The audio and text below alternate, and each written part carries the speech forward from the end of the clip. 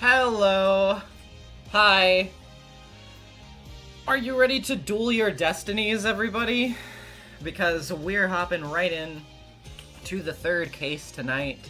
It's gonna be a blast.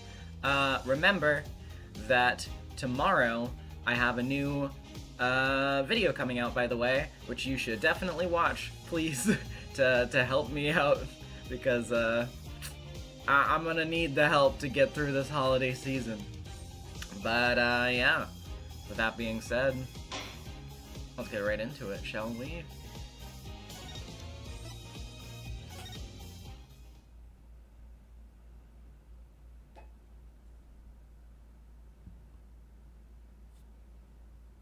All right here. Themis Legal Academy, a prestigious high school with alumni in the highest echelons of the legal world. All right.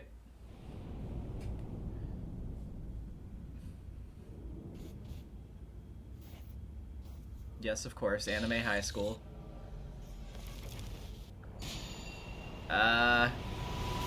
You guys doing okay? Oh, evidently not. Dude, oh my god. She's covered in blood. That's so cringe.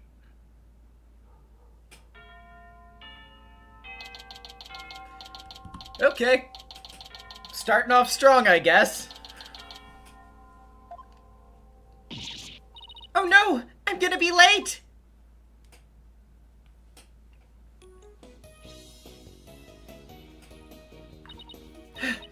Whew.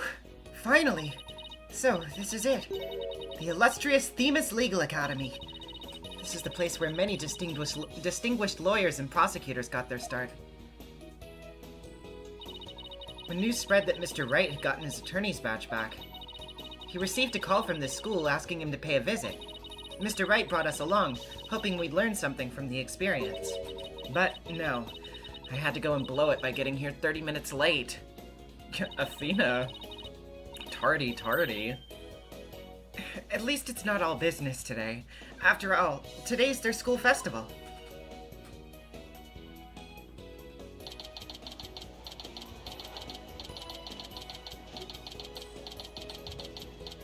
Oh, of course. The school festival. Another fun anime school trope, of course. Wow, this place has a school festival written all over it. Literally. But why all the cold stares? Is it because everyone's in a school uniform except me? Well, I like the way I dress. Bork Laser 9000 with the $2. Let's betting. Usual rates, of course. Yeah, I mean, if we get to a trial in this stream, definitely. We'll see. Wonder where Mr. Wright and Apollo are. Ah. Your attention, please. This is an announcement from the Mock Trial Committee. The mock trial will begin shortly. All students and faculty, please proceed at once to the lecture hall. Thank you. Sounds like a mock trial's about to start. But where's this lecture hall? Looks like all students and faculty are heading that way. Might as well join them. Maybe I'll find Mr. Wright and Apollo there.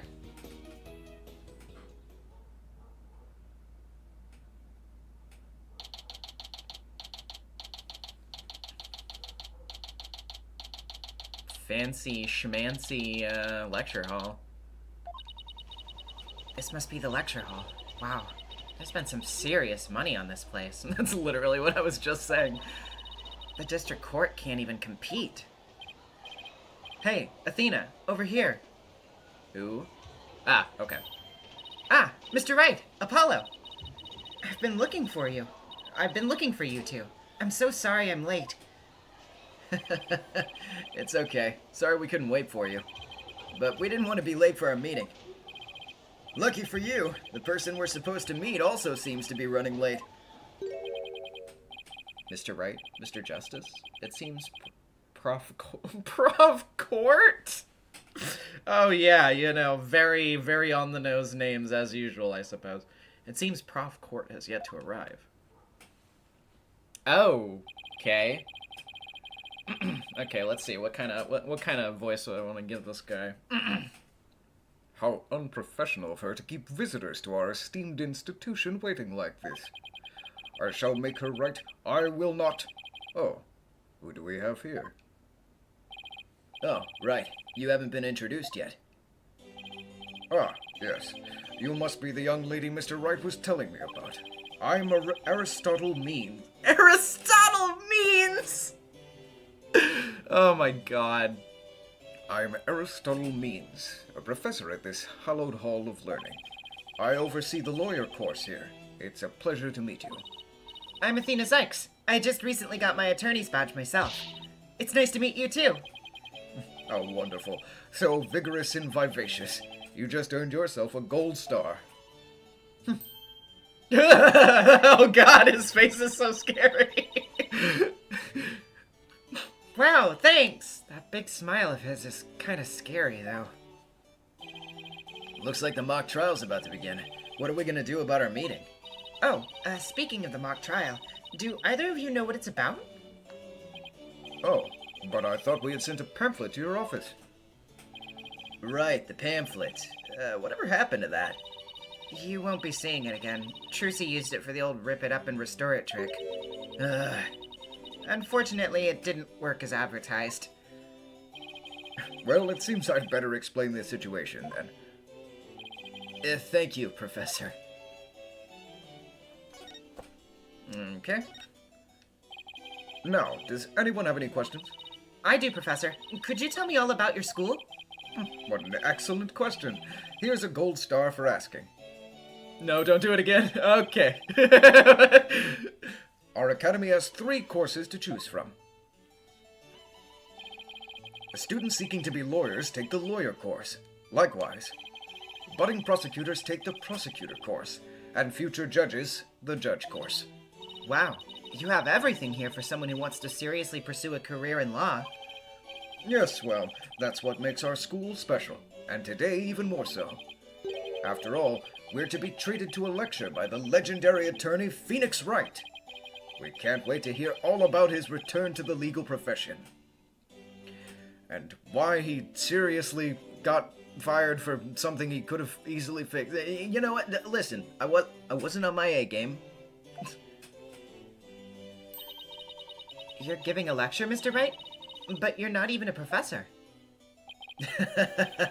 Yeah, well, I'm just giving them what they want.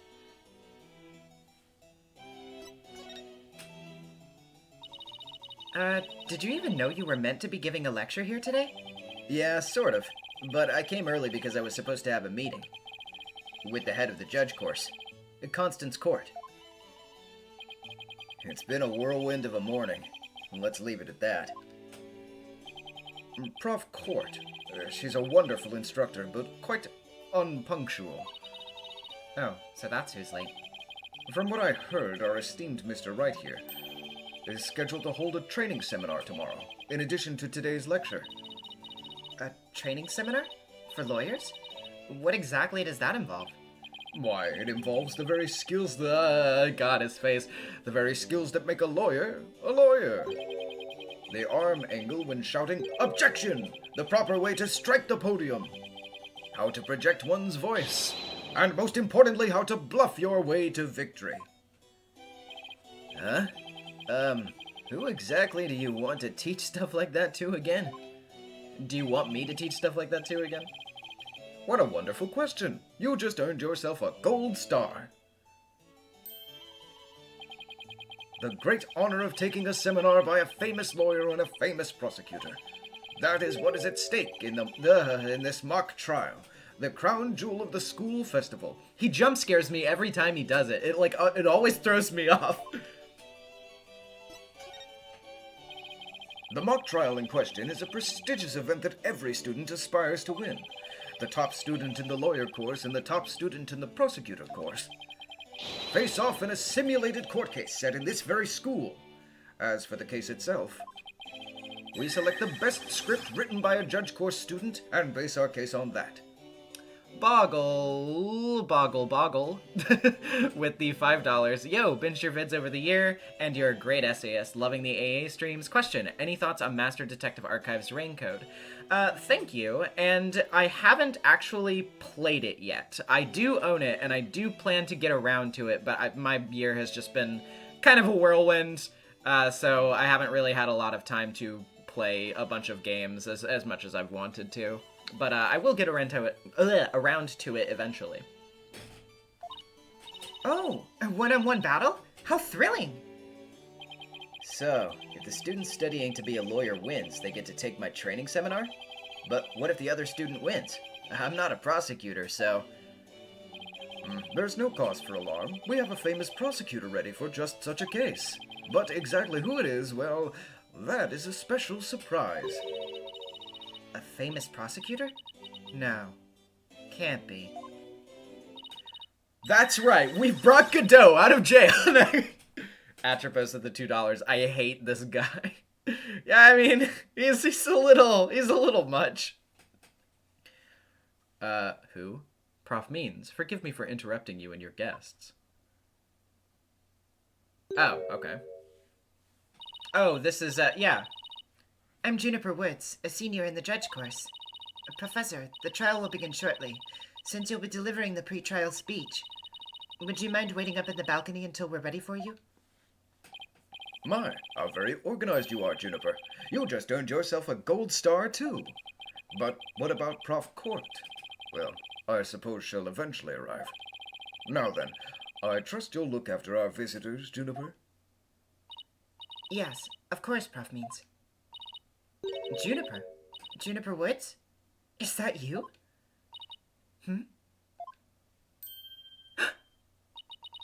Then, Athena? I almost didn't recognize you. I didn't know you were back from Europe. Wait, you two know each other? Now that's a coincidence. We've known each other since we were kids. We're like best friends, right, Junie? Yes. Well, we lived close to each other, so we used to play in the forest together. Yeah, like a lot. Why wouldn't she look at me? I guess I shouldn't be surprised, since we haven't seen each other in a long time. Anyway, we're supposed to go wait in the waiting room, right? Now that I wouldn't mind What? What? Now that I wouldn't mind taking in the mock trial that you're putting on. Oh, okay. Alright, Apollo. Unfortunately, the mock trial is only for students and faculty. There's one seat reserved for Mr. Wright, but no other exceptions are allowed. Yes, I'm very sorry, but it is part of the student curriculum, after all.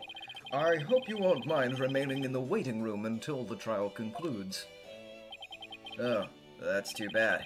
I was hoping to learn something new today. I'll tell you what, Apollo. Why don't you take my place? What?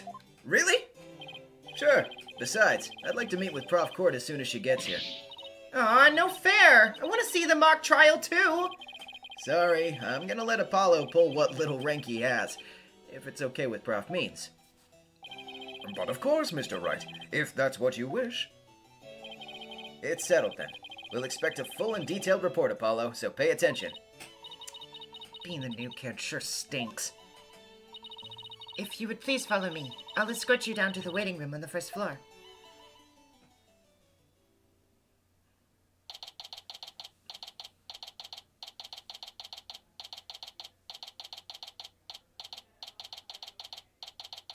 I think he said taking in like he wants to watch it. Oh, okay, yeah, that makes sense. For some reason, I was just like, my brain just wasn't meshing with the way that sentence was written. Still no Prof Court. It's been over 30 minutes. And Mr. Wright's snoozing away on the sofa. This is so boring. I should have hid in the lecture hall and spied on the mock trial.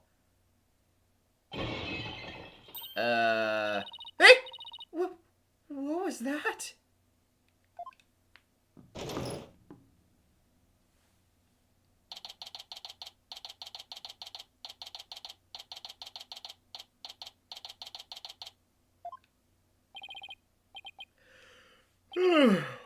Athena, Could have sworn I just heard something fall down and break. If you go running now, they'll think it was you.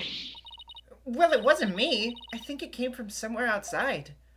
Oh, well, we better go have a look, seeing as everyone else is in the lecture hall. Okay.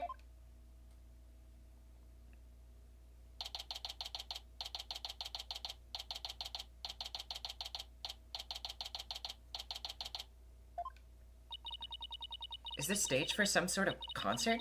Kinda reminds me of a courtroom. Wait, Athena, behind the witness stand. What? Oh, shit. Firesonic225 with the $2. This is my favorite case in Dual Destinies. Ooh, okay. Cool. Thank you. Prof Court, can you hear me? Professor! Wait, that's who we were supposed to be meeting with? It looks like our meeting's been canceled for us. No way! This can't be real!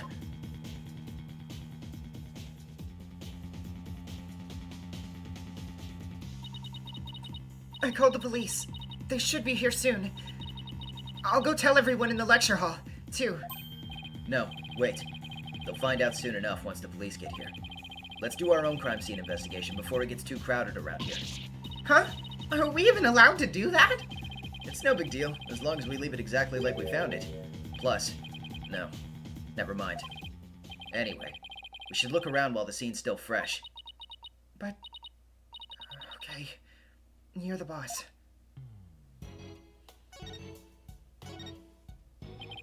In addition to checking the body, we should also check the area around it. But we don't have much time. Check only what you can. Nervous, Athena? Yes! I mean, no! Apollo didn't bat an eye at the Alderman's body during that case in Ninetail's Vale. I can't let him show me up. I can do this. Just take a deep breath and focus. So, Prof Court was... Yep, the professor I was here to meet with. Turns out she wasn't running late after all. How awful. There she was lying dead and we thought she was late. What was that you were saying before, boss? You never finished. Oh, that. Don't worry, I'll fill you in. Later. But right now, let's focus on the investigation, okay? Okay, sure. The suspense is killing me. Okay. We should start by studying the body. I wonder what's the best angle for this. Wait. There we go, yeah. Ugh, the thumbstick moves so fast. I guess I really do have to examine the body. Well, guess I'd better get used to stuff like this if I want to be a full-fledged lawyer. Yeah, you know, the very common practice of lawyers examining bodies, which happens all the time in real life, definitely a thing they do. What do we have here? A book? Guessing it fell out of her chest pocket. Wait, what if it's her diary? That's the most private thing a girl has. True, but considering the situation at hand, my apologies to the late Prof Court. No, don't! Looks more like a planner than a diary. Okay, yeah, so what does this say? 22nd, routine report. Need to speak with Hugh O'Connor. 23rd, meet with Hugh about that report yesterday. Important. 24th, 9 a.m., prep for mock trial, final confirmation. 1, meet with Mr. Wright about training seminar. 2, mock trial begins. Okay. I mean, they probably do for a murder case, photos at least. Yeah, that's fair. Every page seems to have the same sword mark printed on it at that.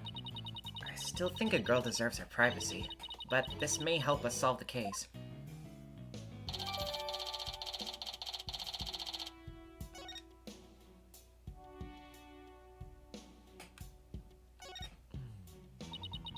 Ugh. There's an arrow stuck in her side. Gunshot wounds and stab wounds are pretty common, but arrow wounds? This is a homicide any way you slice it. In other words, we have a murder on our hands. A murder? Here? So that makes this arrow the murder weapon. Well, that and the bow that shot it. Right. But where could the killer have shot her from? The stage is a sea of obstructions. I'm no expert on archery, but it can't be easy to hit a target with this much stuff around. Would it be possible to kill someone by stabbing them with an arrow? I'm not sure. Guess we better do some more investigating before jumping to conclusions.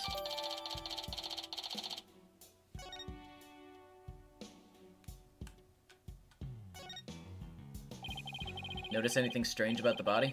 Take a deep breath and then take a good look. Well, now that you mention it, there's no blood around it. Yet the victim's body is cold and rigor mortis has already started to dissipate. It would appear that quite some time's passed since Prof. Court was murdered. Thing is, the quad was packed with students up until the start of the mock trial. Wait, then doesn't that mean she was killed at a different location? Oh, I know! The killer moved the body here while everyone was in the lecture hall. That's a definite possibility. Notice anything else? Her arms are raised over her head and there are dark bruises around her wrists. Yeah, the professor was probably tied up with something. Eventually her wrists were unbound, and as she reached up to stretch, she was killed? Actually, I'm not so sure about this theory. well, there's not exactly a lot to go on. Kirby Superstar 44 with the $5. A rarity for the main games, actually investigating a crime scene while a dead body is there. Case 5-3 gives further Danganronpa vibes. Oh yeah, fair point. I think that's all we're going to find out from the body for now. Nice work, Athena. Your face only turned 5 shades of pale. I was expecting 50. 50... God damn it, guys. Don't make a 50 Shades joke. We should probably take a picture of the crime scene just in case. Okay, I'm on it. Say cheese! Cheese? I thought I was the one with the twisted sense of humor. I think that should do it. Alright, let's take a better look around the area while we wait for the police to arrive. This pile of rubble sticks out like a sore thumb. It looks like broken pottery or plaster. Maybe this is the source of that noise that we heard? There were supposedly 2 statues on this stage. I seem to recall hearing that a co-ed from the Fine Art Club had made them. There were 2? Then that thing over there is the remains of another statue? This could be related to the case. Let's take a closer look. There's something buried in the rubble. The Themis Herald? Wait, we shouldn't disturb it. Let's just read what we can.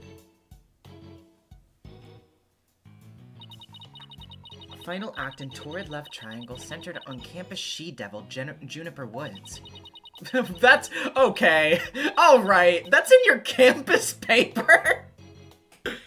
Level-headed lawyer course genius and hot-blooded prosecutor course student will go head-to-head in a mock trial battle for the she-devil's black heart.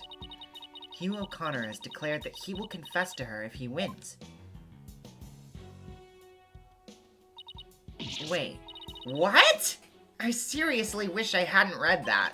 You find that more shocking than discovering a murder victim's body? But we're talking about my friend Junie here. She'd never lead guys on like that. Maybe girls, but... Athena, you don't believe everything you read, do you? This article's clearly written with malicious intent. I'm not buying a word of it. Oh, no, wait. That was Phoenix. I can do a pretty good impression of you, can't I? Shut up, Mr. Wright. You're right, but it's still disturbing, even if it's third-rate tabloid material.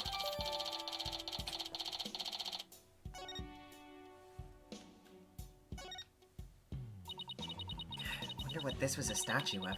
Whatever it was reddish-purple in color. When Apollo and I first got here, both statues were already here, but they were covered up. I bet they were waiting to unveil them when the school festival moved here to this stage. You mean this duffel bag-looking thing was actually being used to cover the statues? I guess that just leaves the question. Were they broken by accident or on purpose? What a puzzle this is. Mr. Wright, Athena.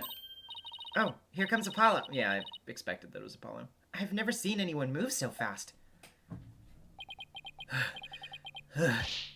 Listen, something big's happened. I was at the mock trial when the police announced a body had been found on campus. That's right, and we're the ones who phoned it in. We found Prof. Court dead behind the witness stand over here. What? Can you show me? What the? We've already had a quick look at the body. It's definitely a homicide. Once the police get here... No. I know it's a homicide. I'm shocked because it's the same. Exactly the same. Whoa there, Apollo. Take a deep breath and explain what you mean. It's the same. The body, that is. It's just like how it was in the mock trial. What? It's like the mock trial. I know, it sounds crazy, but... The body's location and position, the murder weapon, the lack of pooling blood. Ooh, okay. It's all exactly like the mock trial! You're kidding, right? It can't really all be the same, can it?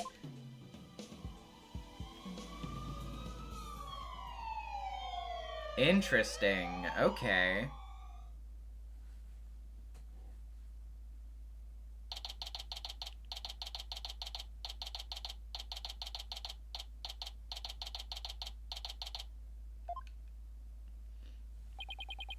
The whole school's in an uproar. There won't be any more classes today. Murder on campus. That's the last thing I expected at a legal academy. Don't go tell Prof. Means what we observed when we discovered the body.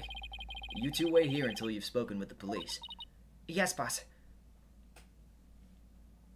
I can't believe this is happening. I can't believe we have to wait around here. I can't stay still at times like these. I hope Junie hasn't fainted from the shock of this whole thing. Athena! Athena. There you are.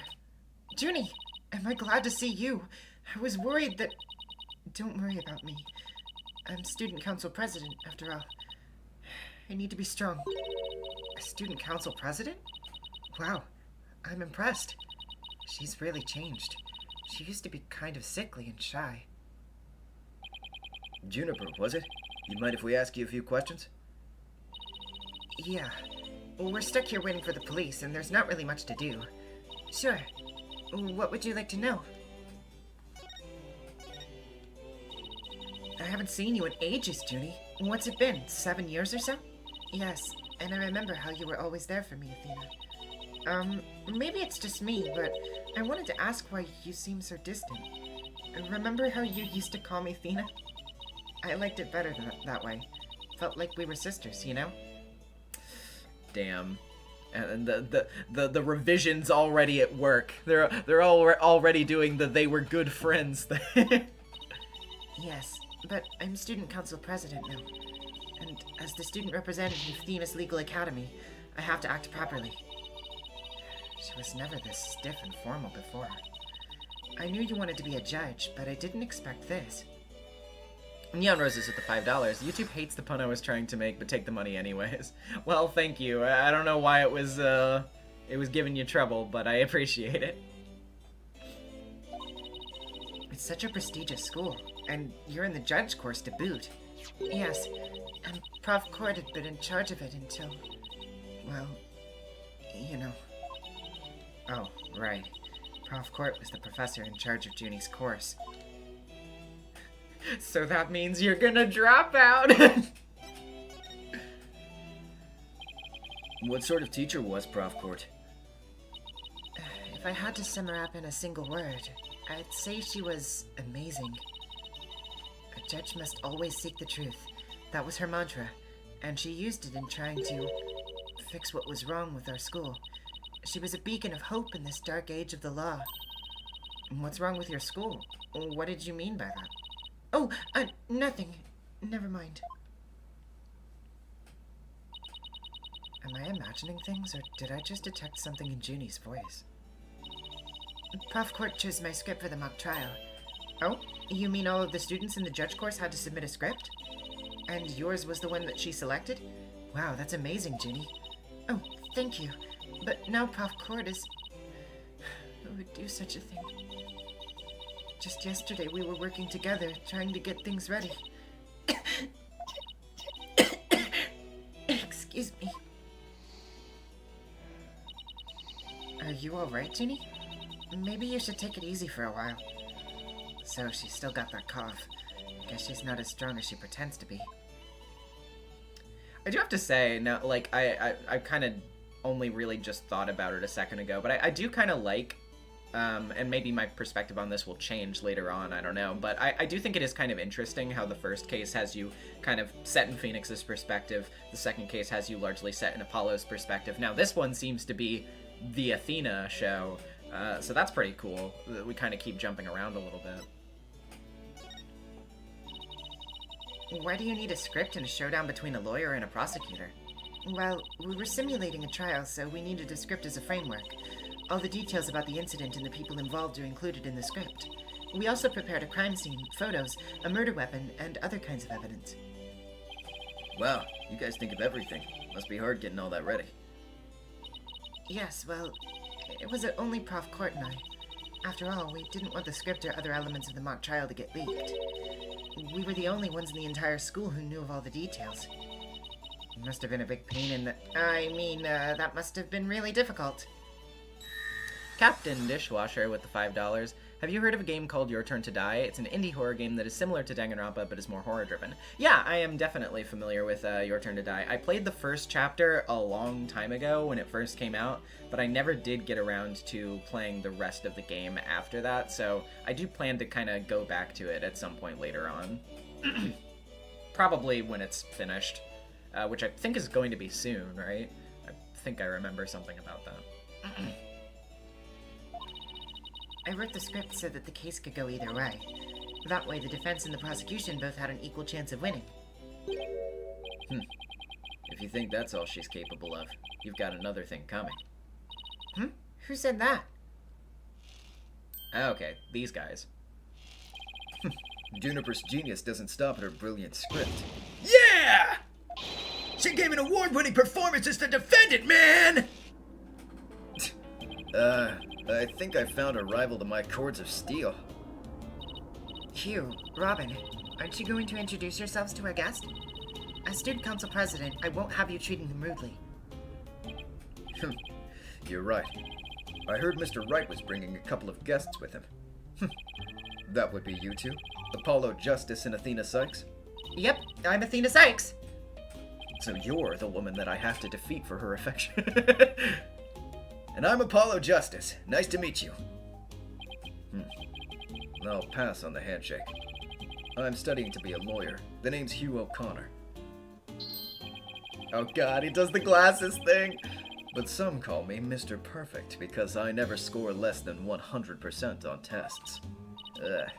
Most pretentious introduction ever. And what's with his hand? Is it glued to the inside of his pocket or what? Yeesh. Let me be the first to apologize for Hugh's totally rude introduction. Sorry! Now, here's my intro. I'm Robin Newman. I'm studying to be a prosecutor, like the really cool kind that nails the bad guys. Ah! No! Where's the sincerity? So he makes pottery too? And what's that bracelet contraption for? Junie sure has made some unusual friends. These two were the lawyer and the prosecutor in today's mock trial. And even though I wrote the script, I also played the part of the defendant. Final act in torrid love triangle centered on campus she-devil Juniper Woods, level-headed lawyer course genius and hot-blooded prosecutor course student. We'll go head-to-head in a mock trial battle for the she-devil's black heart. Wait, these two are the guys who supposedly have a thing for Junie? Juniper, come on. Your role's way beyond just that. That's right! The mock trial's just the start. She's also in the school festival's main event. Live on stage! Oh, live on stage. Live on stage! Juniper Woods! And the crowd goes bananas! Woo! I'm supposed to sing at the school festival. All of the other girls were too embarrassed to try out, so... My Junie's singing? On stage in front of people? Wow, she really has changed. I was responsible for making everyone's stage costumes. Hey! This costume looks a little bit familiar for some reason. and this is what I'll be wearing. That's amazing, Junie, but then again, you were always good at that kind of thing. These constellations in particular are really something. Oh, thank you. One of my favorite things to do is to look up at the stars in the middle of the forest. So, you're a fan of the night sky then? Wow, Apollo, didn't know you were such a romantic. It's not like that. I have this friend, go way back, who got me really interested in space. Wait, you had friends when you were... Dude! Why are you so savage to him right now? Wait, you had friends when you were young? Color me surprised. A student council president. I cannot allow such mean-spirited teasing to continue. I think she's angry. The costumes were no problem, but as for singing, I'm not sure No! You can do it! That's right. And anyone who says otherwise will have to answer to me. It's like a chivalrous love triangle. A damsel in distress and two knights in shining armor. Maybe that Themis Herald article wasn't too far from the truth. Speaking of the latest news, I wonder how the mock trial turned out. So, how did the mock trial end? We were just about to reach a verdict when the police arrived. Now we'll never know how it would have turned out. I guess that's what happens when there's a real murder during a fake murder trial. It ended right before the verdict? Talk about bad timing.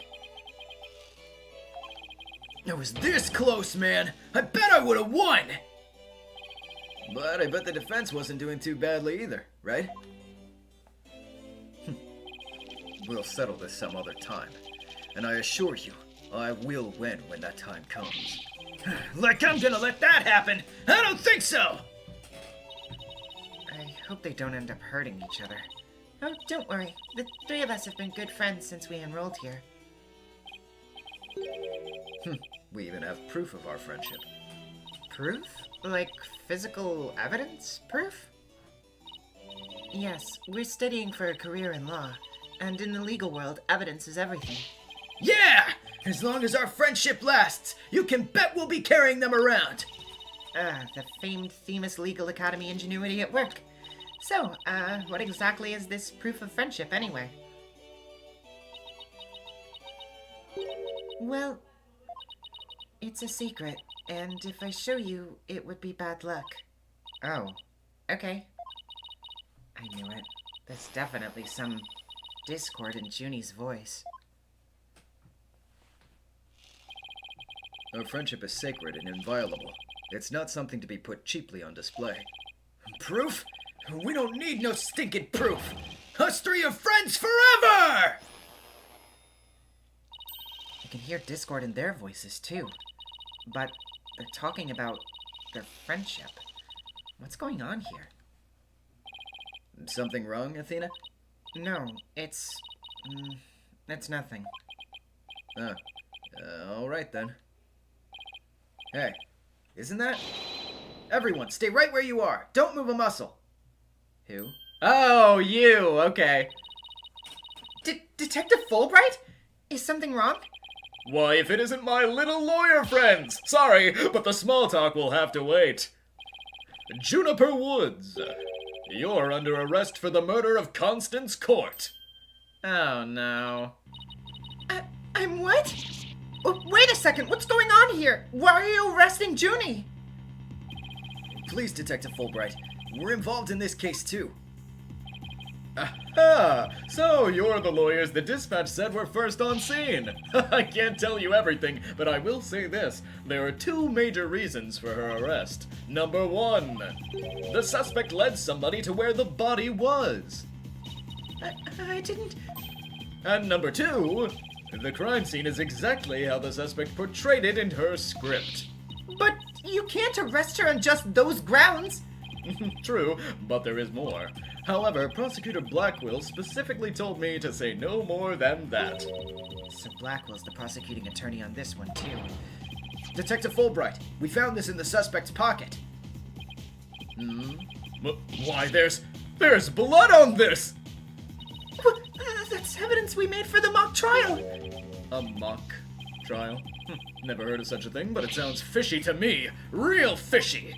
Now, if you would, officers. Yes, sir. But... Junie! I have to do something. They can't just let them take her away like this! Now, if you'll excuse me, I have work to do. Hold it! Oh. Hold it! I refuse to believe that she's the killer! Junie! I've decided. I'm going to defend you. I'll fight with everything I've got. Aw.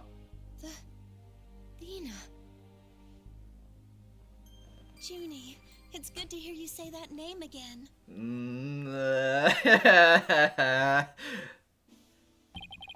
Hate to interrupt your bonding time, but... Aren't you rather new to all this? You're barely even a lawyer.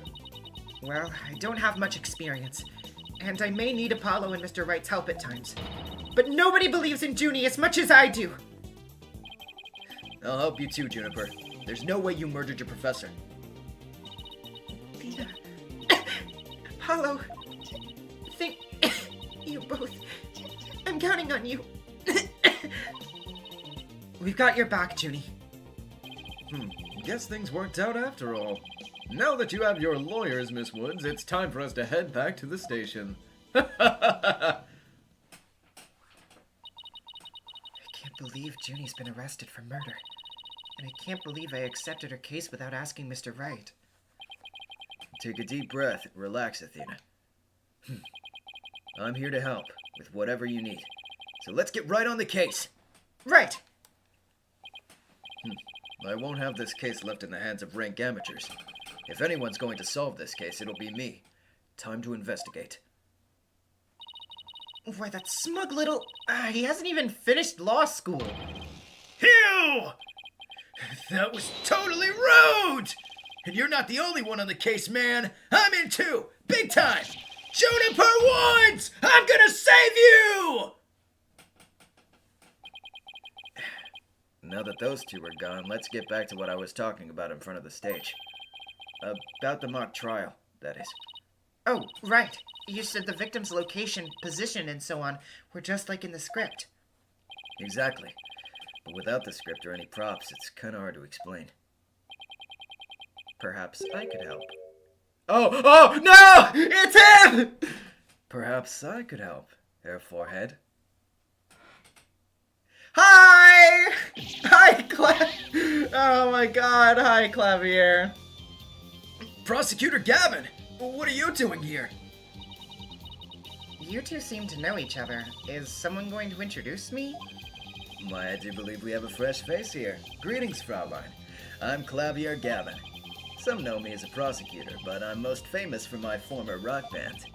We were quite popular, you know, but, regrettably the band went kaput. Perhaps you've heard of us? The Gaviners? I was the lead vocalist. Never heard of your band. Then again, I was out of the country till only recently. But, can I get your autograph? You just met him like 3 seconds ago and you want his autograph? Forgive me, Fraulein, but I've retired from the music biz. But I'd be happy to offer my autograph as a rock star prosecutor, Clavier Gavin. Oh, okay. That one then. She's a lively one, eh, Air Forehead? Didn't know she was your type. She's the newest member of Right Anything Agency. That's all. You know I like men! Nice to meet you. I'm Athena Sykes. Pleasure to meet you too, Athena Sykes. Now that the intros are out of the way, I'm sure you have some questions for me, yeah, Air Forehead? So, what are you doing here, Prosecutor Gavin? I'm here for the same reason as your boss, to give a lecture and a training seminar. So, he's the famous prosecutor they invited. And I have another crucial role to play. The Gaviners are getting back together for a one-time special performance. Yeah, that's right, we broke Darian out of jail. We used his hair torpedo to break the bars. Even though you guys disbanded? Which was a shame, by the way. Really. Yeah, I know how much you adored our music, Herr Forehead. Anyway, I studied abroad in Germany to get my badge early, but I did graduate from here. Wait, so that performance Junie mentioned. I see you've already heard about that. One student representative was selected to sing with us on stage. And the stage was supposed to look like this tomorrow. 2 big banners and a pair of wicked statues. This is just an illustration, but it's not half bad. Wicked statues? Wait, are these supposed to be you and Mr. Wright? Bingo, Fraulein. And they were so big and magnificent, too. What a terrible waste. But the worst part of this whole thing is, my long-awaited reunion with my mentor never came to pass. Wait, don't tell me your mentor was... Prof. Court. She was the one who taught me how to think about the law. Damn. So Constance Court was your professor here at the Academy? She may have taught the judge course, but she had a huge impact on me. She was fond of saying the end is only justified through proper means. She wouldn't tolerate dishonesty and always revered what was right above all else. I can feel Prosecutor Gavin's sadness. Oh no, I think I'm gonna cry. Athena, are you tearing up? Though I can't blame you. Prosecutor Gavin owes a lot of who he is to Prof. Court. Exactly. So, as you can see, we're both joined in purpose, so to speak. Yeah? Now, let's rock this place hard. I don't follow. Let's rock what? Forget already, Herr Forehead. I said I'd help you explain the mock trial. We're going to reprise it, right here in the lecture hall. Might help us catch our killer. Yo? Really? Are we doing this right now?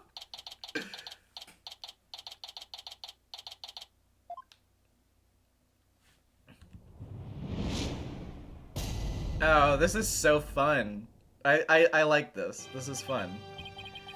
Right. The stage is ready. And you, Herr Forehead, ready to rock? No. The defense is not ready to rock. You saw the actual mock trial earlier, right? Just relax, you'll do fine. Besides, we have the script right here. Junie's masterpiece? The one everyone's been talking about? And Bork Laser 9000. Oh, hey, a trial. Fair point. Yeah, there's only one in existence. I borrowed it, if you will. Now, Fraulein, we'll need you to play the part of defendant and judge as per the script. Okay, got it. I've only read the case outline so far. I don't know how it actually turns out, so I'll treat this like I'm prosecuting a real case. You, Herr Forehead, will play the part of a fledgling lawyer, a role you were born to play. All the evidence is also here with us. We have everything we need to reprise the mock trial. Tres bien. Let's get started. Tres bien! Oh my god! No, not again! Defendant/Judge Athena Sykes is psyched and ready to rock. Court's now in session for a reenactment of the mock trial. Heh. Or what I'd like to call the mock trial. Yeah, a double mockery perhaps, but a trial's still a trial. Achtung, baby! It's no holds barred! Let's rock! Can't we take it easy today? Objection! It may just be a mock of a mock, but there's only one way to compete. You play to win. So remember, each time I catch you slacking off, I'm holding you in contempt of court. Great. A judge that voices her own objections and abuses her judicial powers.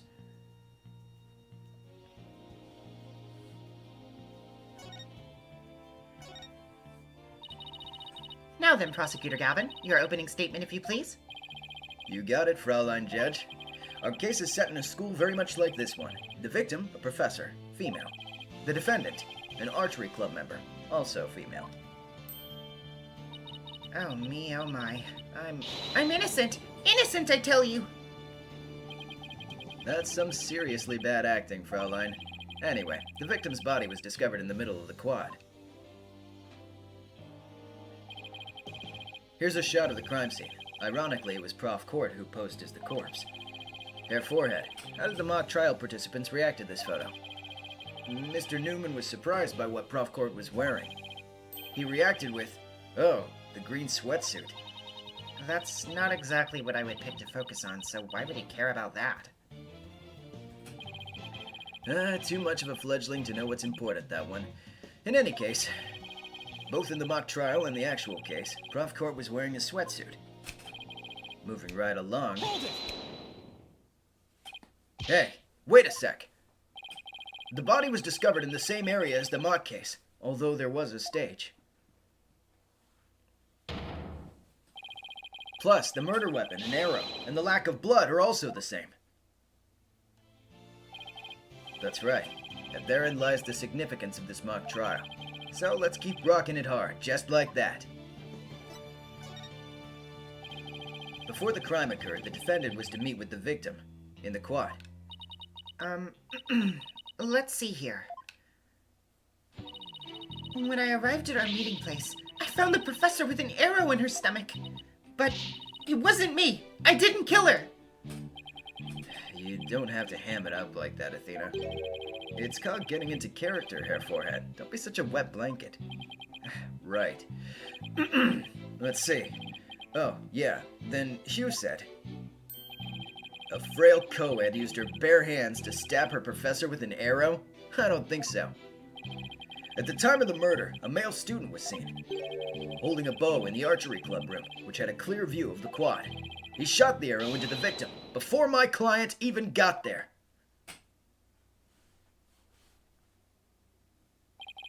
Nine, Herr Forehead. That feigned swagger does not suit you in the least. Order! Order! Order! Especially you, Mr. Justice! Me? But I was just trying to get into it like Mr. Euro Rocker said! So, the victim was shot from the archery club room before the meeting even took place. Hence, the defendant could not be the killer. That seems to be the defense's assertion. Prosecutor Gavin, do you have any objections? The autopsy report notes that the edges of the victim's wound were unusually ragged. Could such physical trauma possibly result from an arrow shot from a bow? 9. I believe the victim was impaled with the arrow by hand, post-mortem. In short, the real murder weapon was not the arrow at all. When Robin was prosecutor, he had a tough time determining the real murder weapon. Well, he's just a student, a warm-up act, while I'm the real deal, the headliner, so to speak. The true murder weapon was most likely the awl that was left in the art room. An awl? What's that? An awl, you say? What might that be? It's a kind of tool used for poking holes in paper, wood, and other materials. It's kind of like an ice pick. I have a photo here if you're interested. Oh my god, no way! The demon steak! Umi Neko reference. No, just kidding. Gross. It's all bloody up to the handle. Please tell me it's just paint. Most likely, Fraulein. Pretty realistic, yeah? Let's pretend it's real blood for now. The defendant's prints were lifted from the murder weapon. Furthermore, traces of the victim's blood were discovered in the art room. That's where I believe the murder actually took place. So, the question now is, how did the body get from the art room to the stage? The murder took place in the third-floor art room, but the body was found in the quad. Must have been quite a chore moving the body all that way. Not at all. There's a maintenance area and storehouse right outside the art room, and a cart used to carry balls around was found there. Oh, I think I've seen one of those before, but that's a pretty big one. A jumbo's, yeah? Yeah? Sorry. Big enough to fit a For some reason, you guys are gonna laugh at me for this, but when I see Ya and Jumbo next to each other, my first immediate thought was that, like, fucking Vine Sauce clip where he leans out the window and is like, Jumbo Josh!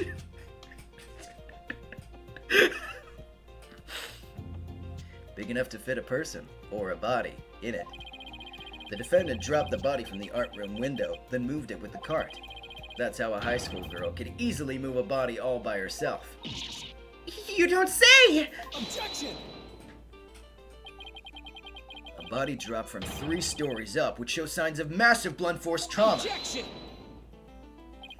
That may be true, but you fail to account for the large high jump mat in the storehouse. A body dropped onto such a mat would show no signs of blunt force trauma. Yikes. It's almost scary how similar this whole case is to the mock trial proceedings.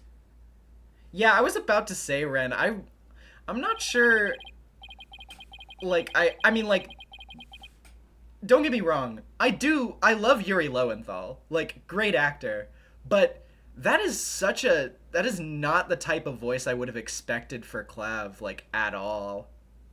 I would have expected him to, again, like, kind of have more of a smooth voice down here, kind of to fit with the rocker sort of thing. I wouldn't have expected him to have like a shonen protagonist kind of voice. You know what I mean? Quite the crafty killer. In an attempt to cast suspicion on the archery club, they moved the body to the quad where it would be an easy shot from the clubroom. Then the killer faked the murder weapon by inserting an arrow into the all stab wound. Sounds like he has only high praise for Junie's script. Were there any further arguments from the defense? Nope. Seemed like the teacher who was playing the judge was satisfied too. Time for the finale then. Your verdict, if you please, Fraulein Judge. Oh, right, that's me. Very well. This court finds the defendant, Juniper Woods. Wait a second. Even if this is just a mock trial of a mock trial. Thank you, Borglazer, for gifting the memberships. I guess technically, yeah, we did make it through that trial without any errors, but I mean, technicalities, we love them. Wait a second. Even if this is just a mock trial of a mock trial, I don't want to declare Junie guilty. Yeah, perhaps that's not such a good idea. Let's end our mock trial here. Besides, it's about time I get back to my investigation. Cloning Wars, I think it's because Clav's Japanese voice is higher. You know, that might be the case. I haven't heard the Japanese voice clips of the Apollo Justice characters in a hot minute, so you might actually be onto something there. I haven't listened to Clav's voice clip from that game in a long while, in Japanese, I mean, so maybe it is more accurate. Thanks, you two. That little run-through of the mock trial cleared up quite a few things. Achtung, baby! The prosecution's already got a witness sized up, too. That was quick. Prosecutor Blackwell's almost too good. You're sure in a helpful mood today, Prosecutor Gavin. Well, like I said, I just want to catch whoever killed Prof. Court. There's no reason for me to start butting heads with you two. Anyway, I won't say goodbye, as I'm sure I'll be seeing you later.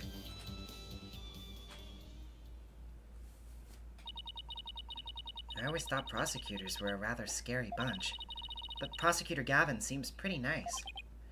Yeah, he's not so bad as prosecutors go. We should get back to investigating, too. We don't have nearly enough information yet. And we also have to tell Mr. Wright that we accepted Junie's case. Right. Looks like we have our work cut out for us.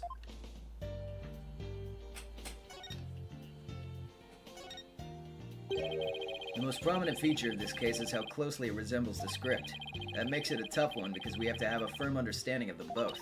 No sweat. We can reenact the mock trial as many times as we want by reading the script. I'll check it out in the court record and commit it to memory later. Good.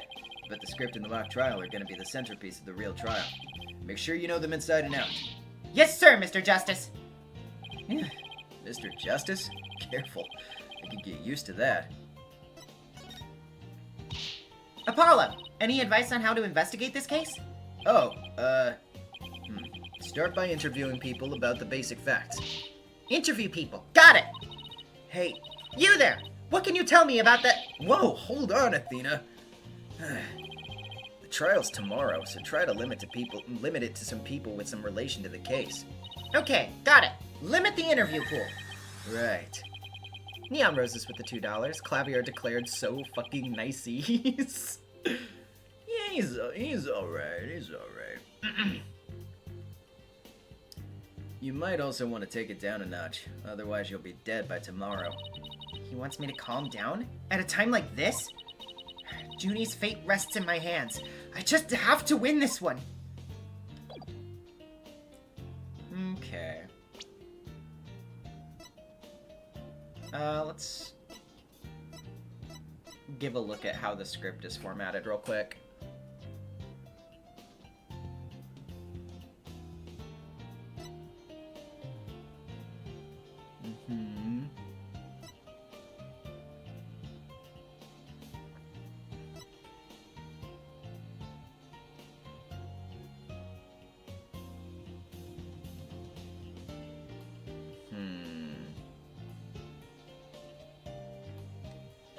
Okay. Interesting.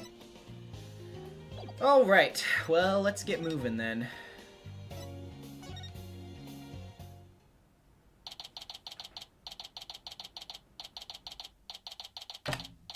And yeah, I did figure that obviously this case takes place before the one that was in case 1. Ah, Mr. Wright. I heard they arrested your friend, Juniper. Oh, your friend, Juniper. Sorry. I don't know why I thought... Just... Okay, anyway. Let me reread that. I heard they arrested your friend, Juniper. Yeah, Detective Fulbright just took her in. I refuse to believe that one of our students is capable of murder. We must prove her innocence by any means necessary. The end justifies the means. What do you mean, the end justifies the means? I, Prof. Means, always say what I mean, and mean what I say by all means. Here at our esteemed academy, we train our students to produce meaningful results. You believe in Juniper's innocence, do you not? Of course I do. Junie wouldn't even hurt a fly.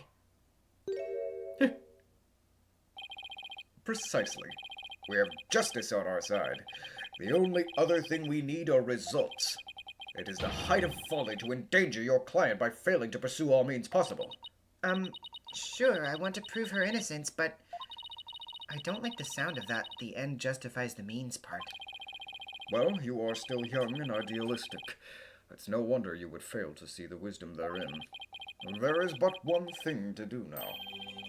I must personally take up Juniper's defense. You're going to take her case, Prof. Means?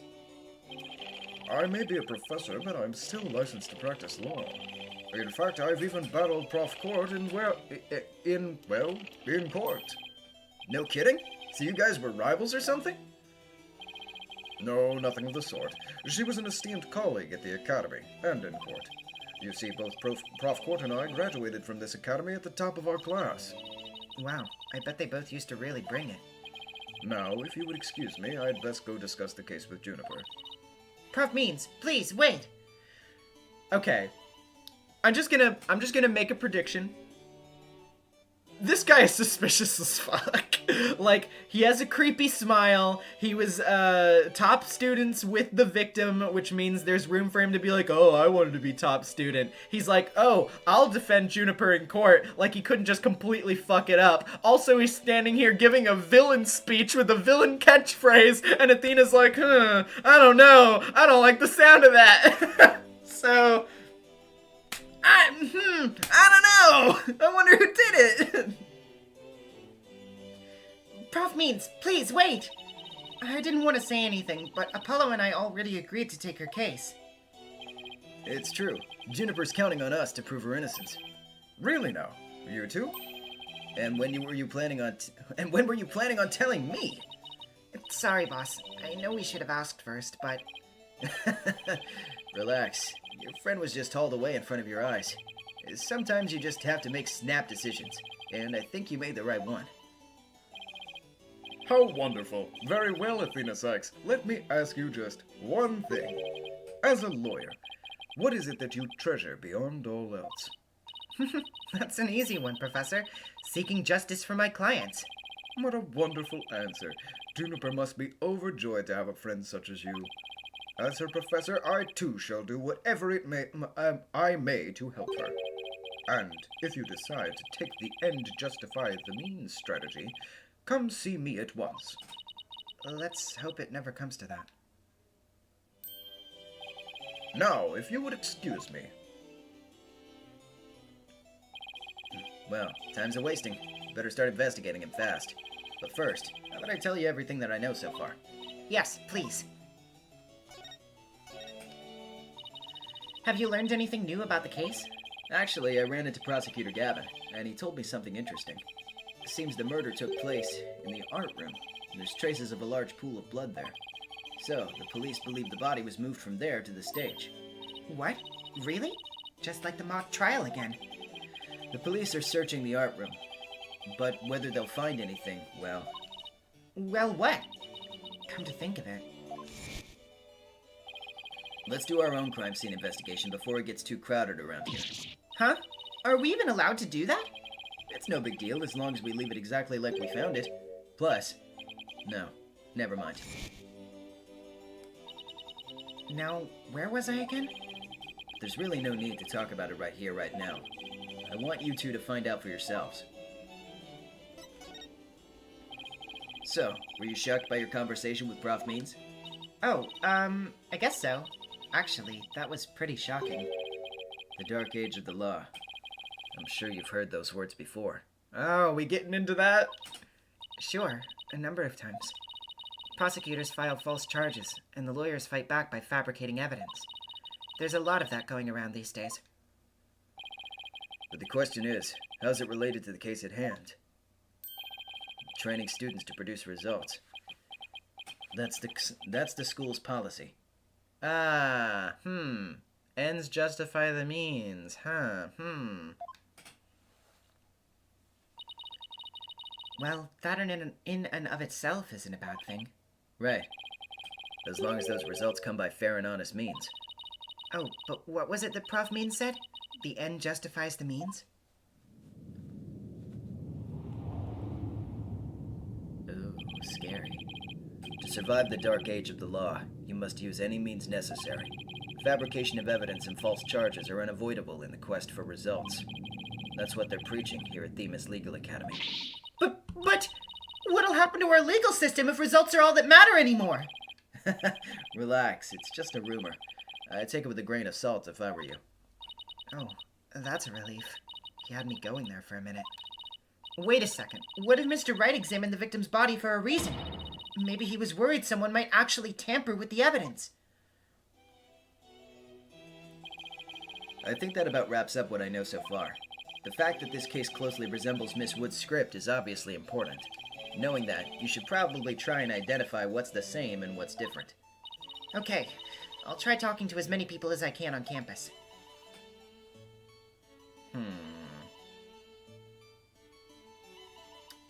Interesting. Yeah, I don't think... Yeah, we don't have anything else to talk to Phoenix about, so...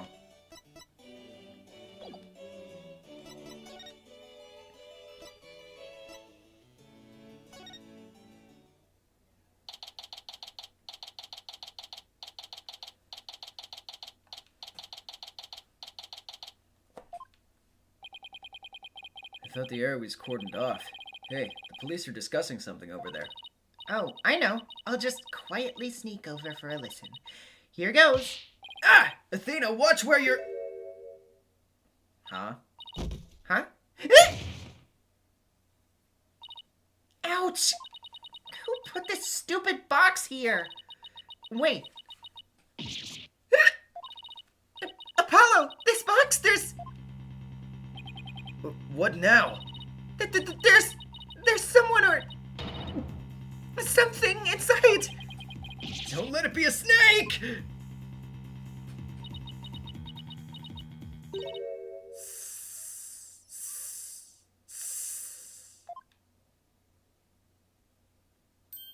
Hello? You morons just blew my cover. What the? There really is someone inside.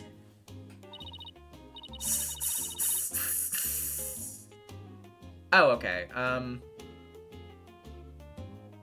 Interesting. I'm not entirely sure what kind of voice to give her, but yeah, interesting.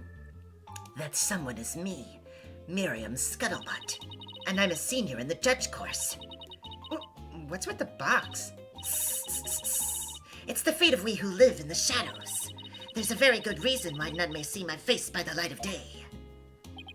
Wait, if you're taking the judge course, did you write a mock trial script too? You really want to see my script that bad? Well, you better watch out. Read it without my permission, and you'll wish you hadn't. Who cares? I'm sure it was rejected for a good reason. Okay, good. I guess it ended up working. Oh, so you're studying to be a judge too? You must be classmates with Juniper. Are you a friend of hers? Juniper? Sure, she's my friend. That's why I'm gathering info. Now, tell me all you know. You know, for tomorrow's trial. For tomorrow's trial? What are you talking about? I'm going to take the stand, naturally. So the witness for the prosecution is some weirdo in a cardboard box? This disguise is how I get my scoops. But you're right. It's me. So tell me everything you know, for Juniper's sake. Wait a second, Miriam. Repeat what you just said? A lawyer with brains as bad as his ears. Poor Juniper. I'm taking the stand tomorrow. Tell me everything you know for Juniper's sake. Clear enough for you this time? Uh-huh. I thought so. Athena, my bracelet is reacting. Really? That means... A lie already? That was quick. Well, let's look.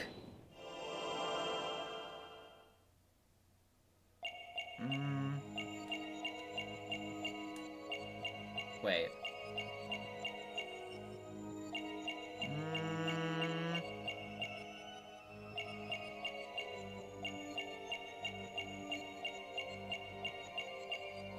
I'm focusing on the hand right now. Aha! Gotcha! Miriam, your unease is betrayed by a little habit of yours. Think you can see through me with your silly little guesses? You're wasting your time. My box is impenetrable. Nobody sees the real me. Yeah, I blew that one. Oh, wait, what? You're completely boxed in now, Miriam. And Apollo's power is like a box cutter with X-ray vision. Prepare to be exposed. Don't exaggerate, Athena. I'm a lawyer, not a superhero. Okay, so was I right with what I was doing? Just I aimed it incorrectly? The hand was slightly out of focus. Okay. That's what I thought.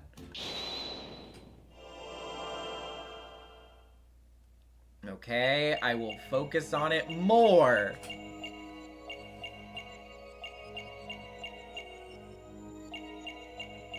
Yep, those sure are fingers.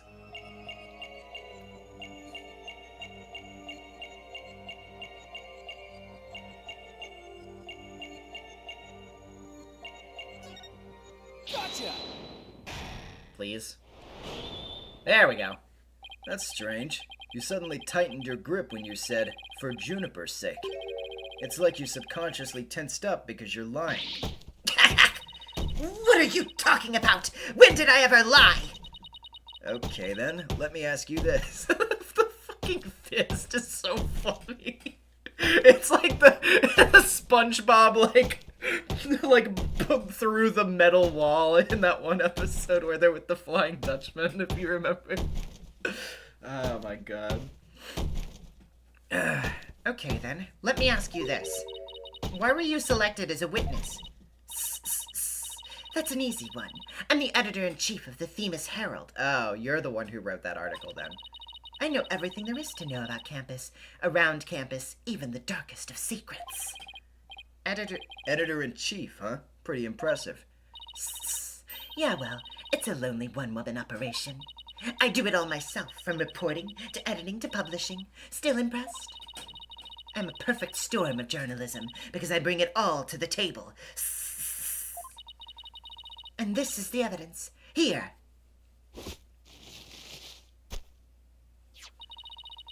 An extra edition of the Themis Herald, published to coincide with the mock trial.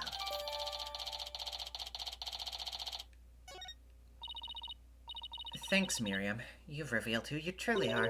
Someone who's never had Junie's best interests in mind. What? Are you questioning our friendship? Look, you may want answers, but no one can do. Because what you're saying... No can do. Because what you're saying conflicts with this piece of evidence. Obviously. That's the Themis Herald, the paper I publish.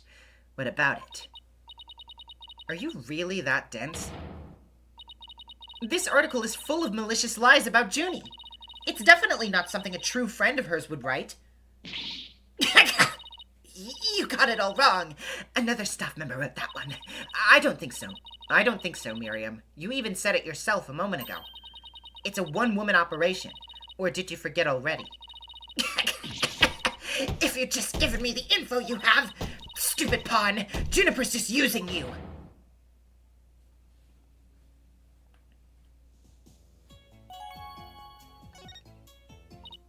Now, I want the truth, Miriam. You hide it in your box in order to collect gossip for your sleazy paper, isn't that right? You're not really friends with Juniper, are you? No, duh. She's the target of my scoops and my readers demand dirt. Extra, extra, the dirty little secret of the squeaky clean student council president. Dirty little secret? All right, what are you planning to say in court, huh? I'm a witness to her part in the crime. I'm going to tell it all in shocking expose. The end justifies the means. That's my brand of tell-all journalism. The end justifies the means. Wait a second. In this dark age of the law, many of us embrace Prof. Means methods, even future judges. I've even adopted an ends justify the means brand of journalism, which includes tape recorders secretly hidden all over our campus. Secretly recording every last word without anyone being any the wiser. Doesn't she realize that's totally illegal? And one of them was at the scene of the crime, the art room. You put a tape recorder in the art room? What did it record? You want to know? You really want to know? Yes, please. That's so nice of you to... Like I'd really tell you now. The big scoop... Excuse me. The big scoop comes out in court tomorrow. You're so mean, Miriam. According to my evidence, a fatal fissure has opened between the three of them. Who? Junie, Hugh, and Robin? What do you mean by fatal fissure? Juniper, Hugh, and Robin used to be the best of friends. Used to be? They still seem to get along fine to me. I did sense some discord, though. You don't know anything. Prof. Means has his followers, and Prof. Court had hers. Their influence is inescapable. Are you implying that one of them adheres to that extreme idea you and Prof. Means have? But why would anyone follow that philosophy? How could you possibly understand? You're new around here. Miriam, wouldn't you feel better if you came out of the dark and into the light? I can see fine in here. You'll be the one seeing the light in court tomorrow. Then you'll realize how guilty Juniper Woods really is. I'm going to have to cross-examine her tomorrow, but I don't know where to start. Well, let's at least take care of whatever we can today. You're right. Let's see what else we can find out.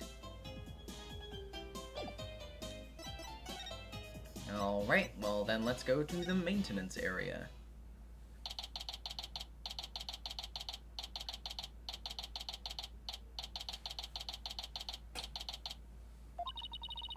So, this is the maintenance area.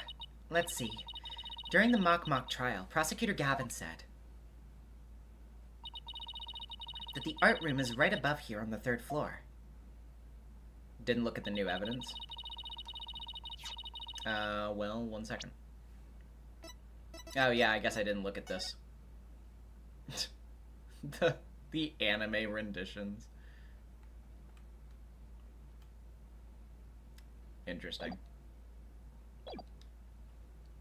And that the body was dropped from there onto a high jump map from the storehouse. Right. And then he claimed that the body was transported to the stage in a ball cart. And then...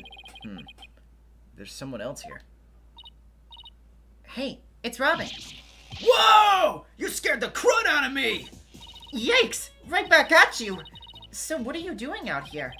I'm working out so that I can become strong enough to save Juniper! What? I'm so worked up!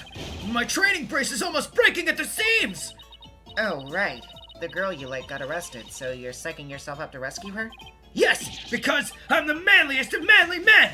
That's why I work out with the manly brace! Except that I hear some discord in that manliest of men's voice of yours. I don't mean to be rude, but can't you talk without shouting? Sorry! I'll try not to shout so much. If at all possible, that is. Which is not at all possible, by the sounds of it. So do you mind if I ask you some questions as Junie's lawyer? No problem! Ask away! Keep 'em coming, man! Ouch, my ears ache already. Robin, could you tell me a little bit more about yourself? You want to know about me? I'm a second-rate member of the Fine Arts Club. I'm the second-rate member of the Fine Arts Club! The Fine Arts Club? Looks like broken pottery or plaster. Maybe this is the source of that noise that we heard. There were supposedly 2 statues on this stage. I seem to recall hearing that co-ed from the Fine Art Club had made them. 2 big banners and a pair of wicked statues. This is just an illustration, but it's not half bad. Wicked statues? Wait, are these supposed to be you and Mr. Wright? Bingo, Fraulein.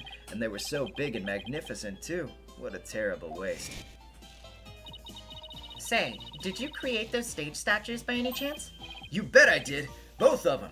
Put my blood, sweat, and tears into those things, man! It must have been terrible seeing them all smashed up like that. Nah!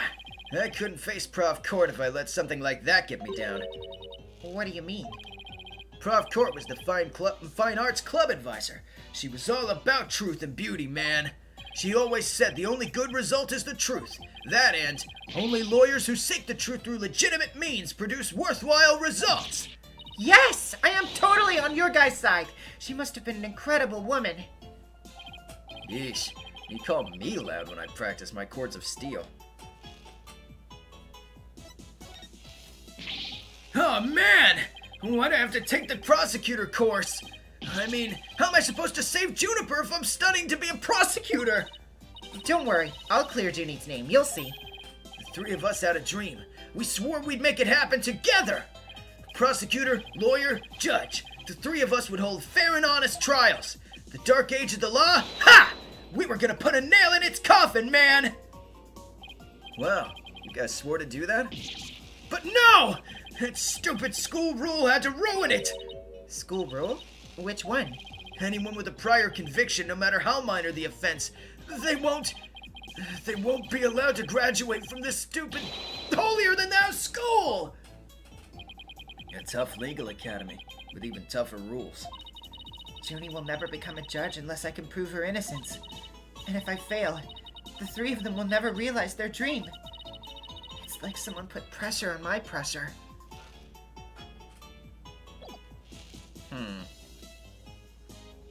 Interesting.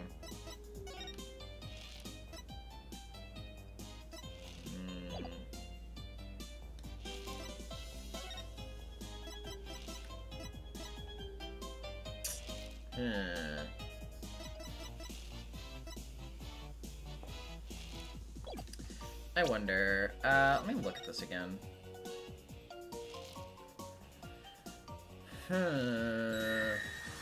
Fire Sonic 225 with the $2. Robin can defend Junie. Go get the Canadian judge.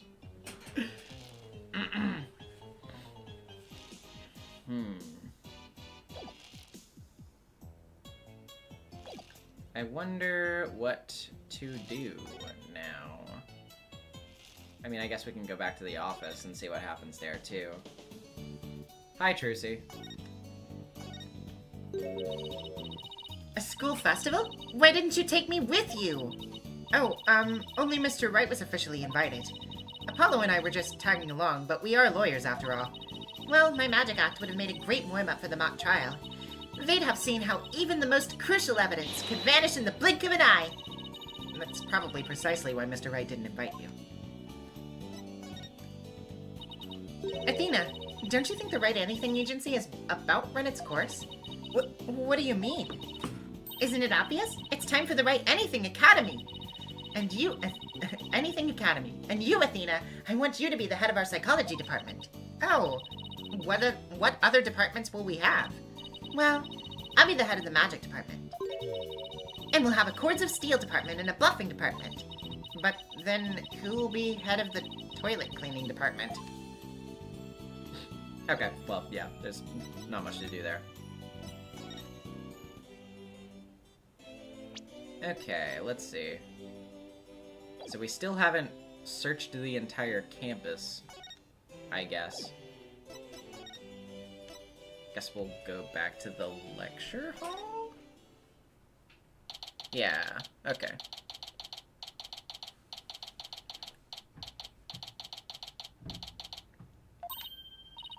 Look, there's Hugh. Hey, Hugh! Oh, it's you two. Do you want something? Did you find anything? You said you were going to do some investigating of your own. Nope, nothing yet. I'm afraid it's not looking very good for Juniper. You don't really think Juniper could have done something like this, do you?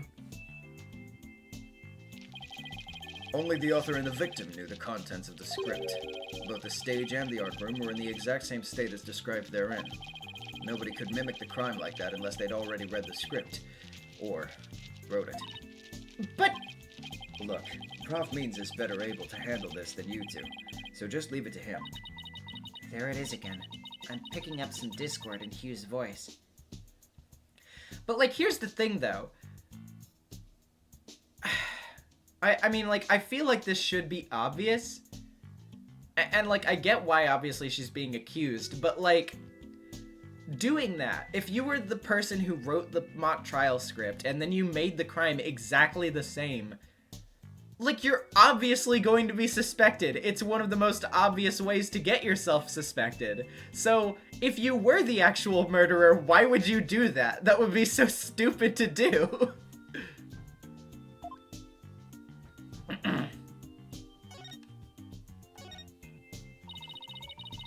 Hugh, would you mind telling me a little bit about yourself? Whatever. I'm 6'1", and under this uniform, I'm 100% lean muscle. I don't think that's what she was asking. My grades are outstanding, and I'm the ace of the archery club. Needless to say, I never miss my mark. Oh, and I'm incredibly humble, too. Okay. How can you even say that with a straight face? Those around me call me a genius, but I pay them no mind. But when it comes to tests, I always get 100%, so I suppose it's only natural for them to say I'm a genius. But, as I said before, I pay them no mind. I heard you the first time. But what about the mock trial? It sounded like you were about to lose to Robin. There's a very good reason for that. You see, right before the mock trial started, I saw the body. You saw the body? Right, and I was so distraught that I basically handed Robin a victory. Hugh, would you mind telling us a little more about that? Uh-huh. Right before the mock trial, the campus was empty. Everyone was here in the lecture hall.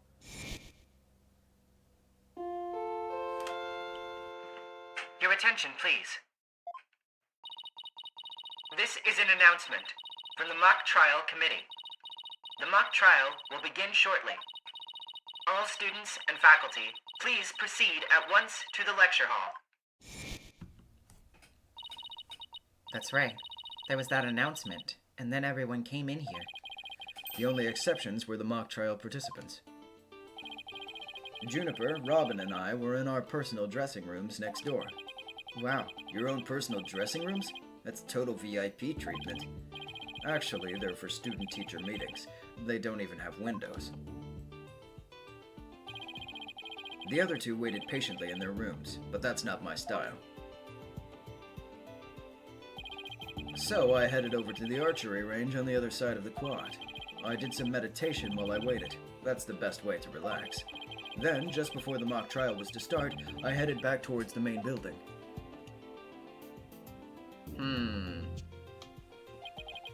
As I walked across the quad, I passed in front of the stage. So that's when you saw the body? Right. It was quite a shock. As much as I hate to admit it, my legs were shaking. I could have easily beaten Robin if it hadn't been for that. Wait, hold it right there. You went through with the mock trial even though you had just discovered a body? Why didn't you tell anyone? I mean, we're talking about somebody getting killed here. I think I know why. Was it because of this? Ah, where did you get that? So, this article in the Themis Herald is true. The winner of the mock trial would get to make his confession to Junie. Right, but if I reported the body I'd found, the whole thing would be called off. He really wanted to win that bad? Bad enough to ignore a dead body? Sorry, but that's not normal. Or could their love for Junie really be that strong? Thanks for sharing that important piece of information with us. It may prove useful at tomorrow's trial. Good, because that's all I have to say about the matter. Thanks. And don't worry, we'll prove Juniper's innocence, you'll see. And I'm gonna be the one that confesses to her, you hear me? Like she like leans in, like grabs him by the coat, like, yeah, that's right, bitch. And then she just like walks away. I can't say you two inspire much confidence. Okay, Athena, what next? Well, I think I've talked to everyone who's somehow linked to this case. Okay, maybe it's about time we wrapped up our investigation. Oh, wait, we haven't met with Junie yet. Yeah, you're right. Let's head over to the detention center. Okie dokie. Oh, there it is.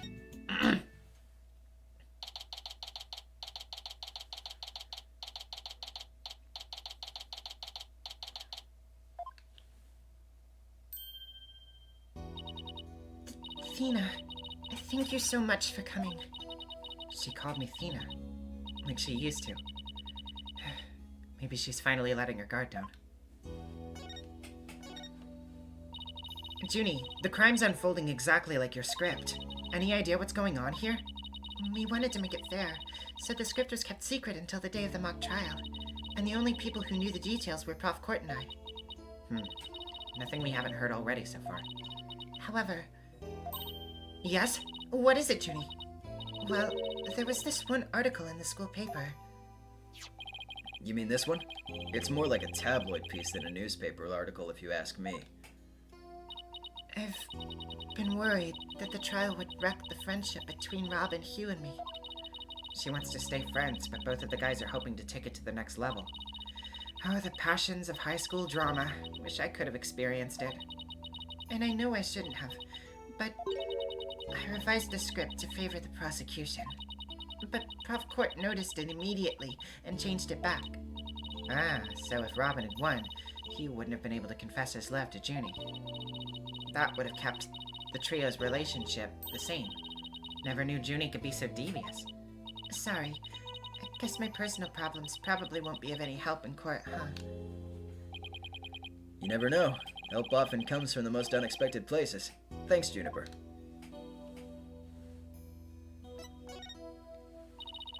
I was wondering about that all you had on when you were arrested. Had on you when you were arrested. Detective Fulbright, we found this in the suspect's pocket. Why, there's blood on this! That's evidence we made for the mock trial. A mock trial? Never heard of such a thing, but it sounds fishy to me. Real fishy! It was the murder weapon from the mock trial. Prof. Court and I were prepping it in the art room until the day before the trial. I didn't even realize I still had it on me until I was arrested. Then we've nothing to worry about. There shouldn't be any way to link it to the crime. Still, that blood-red color on the awl bothers me. Wasn't it just paint or something? I mean, I was looking at it from pretty far away, but... It probably was just paint, but that's what bothers me. It wasn't on the awl when we were prepping it yesterday. It wasn't? Then how and when did it get there? Well, before the mock trial began, I showed Thena and Mr. Wright to the waiting room. Then I went back to my dressing room to get the trial props we were going to use. That's when I found the art room key and the awl with what looked like blood on it. A key. And the all? Prof Court normally has the art room key since she's the Fine Art Club's advisor. And since that key was there in the dressing room, I thought she was the one who had painted the all to look like it had blood on it. After all, she always insisted that the props should be realistic, so... The all suddenly shows up on the day of the trial with what looks like blood on it. I have a really bad feeling about this. Me too. But let's not jump the gun on this.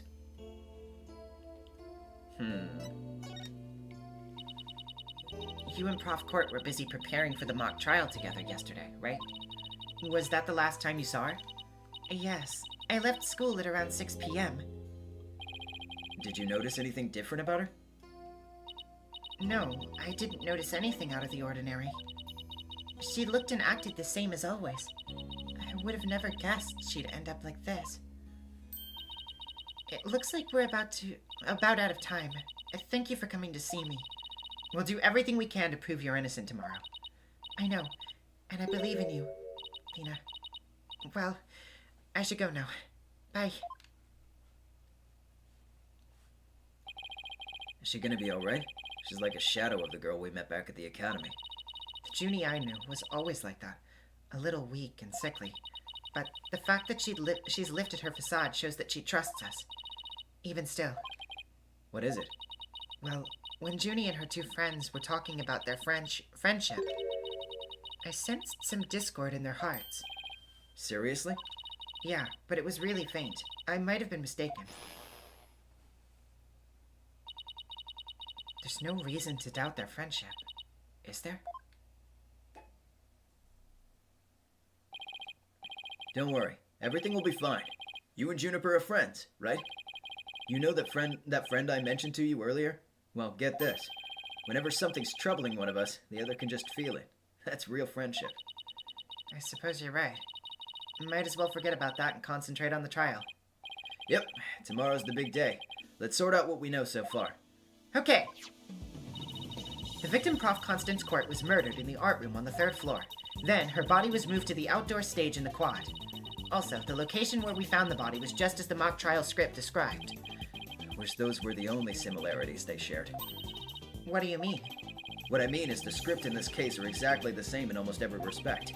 So it follows that the actual trial may very well unfold just like the mock trial did. Oh no! The mock trial ended up right before the prosecution was about to win. Well, that's not gonna happen. This time, Junie will be declared not guilty. Of course, I intend to get our results the honest way. We can do this. We'll be fine. After all, I have Apollo, and he's the king of being fine.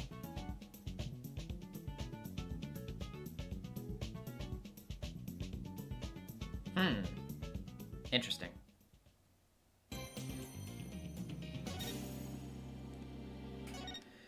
All right. Well, that's first investigation day complete. I am going to take a quick BRB, and I will be back in just a minute. See you guys in just a few.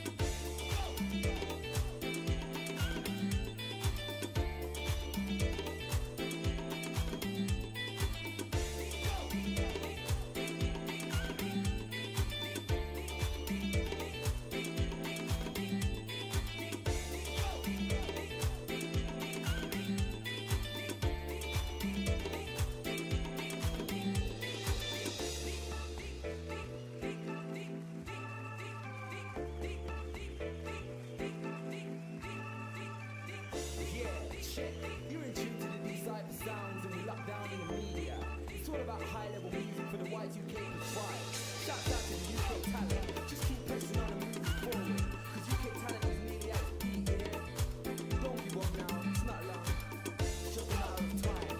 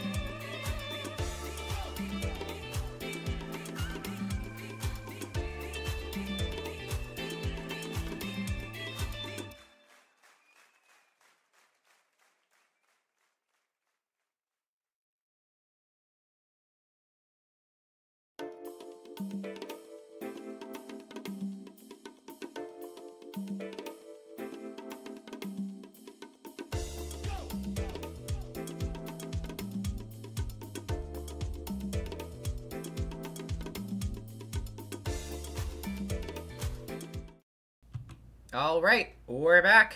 Let's get into the trial. Window, please cooperate with me. Thank you. Yes.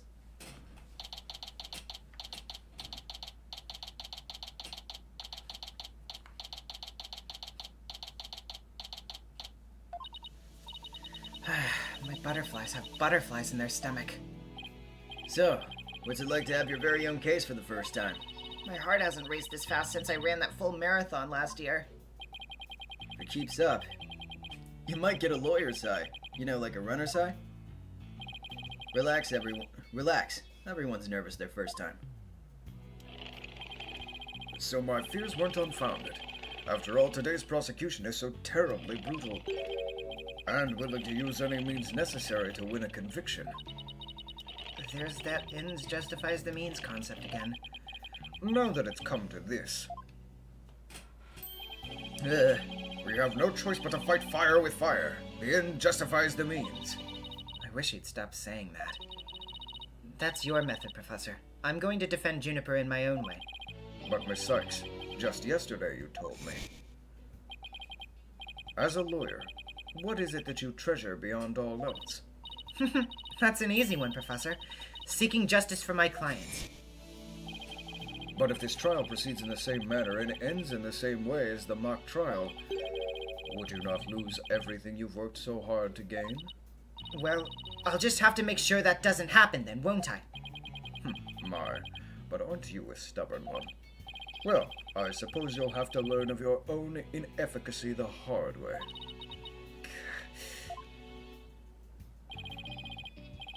Forgive me, Prof. Means, but can we just leave it at that? Oh dear, please forgive me. It's just I wish to protect Juniper by any means I can. I do too, but... Now, if you would excuse me. Thanks to him, I'm feeling even more pressure than before. Don't let it get to you, Athena. And don't forget to keep smiling. It'll be fine. And I haven't forgotten what Mr. Wright said. The worst of times are when a lawyer has to force their biggest smiles. The trial's about to begin. I'll show you to the courtroom, if you please. Apollo, I'm counting on you to support Athena this time. Okay, Mr. Wright. Leave it to me. That's right. I have Apollo to back me up. Junie's fate rests in my hands. I won't rest until she walks free.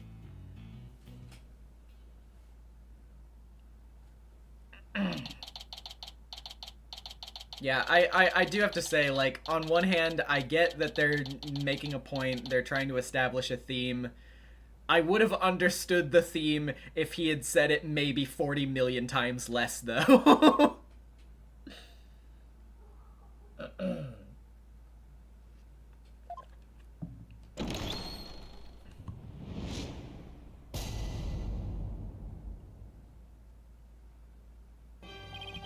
Court is now in session for the trial of Juniper Woods. Athena Sykes, defense team leader, is ready, Your Honor. That didn't sound very confident. You sure you're okay? Oh, I'll be fine. Your baldness? I know. As usual, you want me to deliver the opening statement. I'm quite the thespian, I know. I was actually in Les Mis earlier this year. I played every single old man. Ah! This case is crystal clear. I see no need to explicate it any further. Now, summon the witness.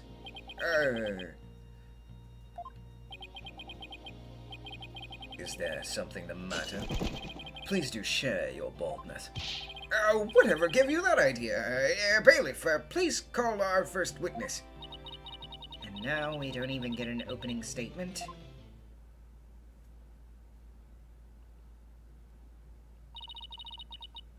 Detective Fulbright.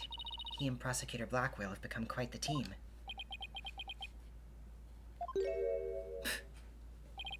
Oh, right, the case brief.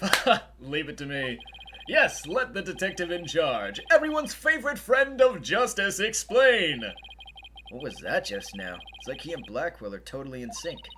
Well, I don't think they're capable of mind melding, if that's what you're thinking. All right, Detective Fulbright. Would you please explain the case to the court? Prof Court's body was discovered on October 24th at approximately 2:30 p.m. She was murdered with this all I have here. The victim's blood and the defendant's prints were both discovered on it.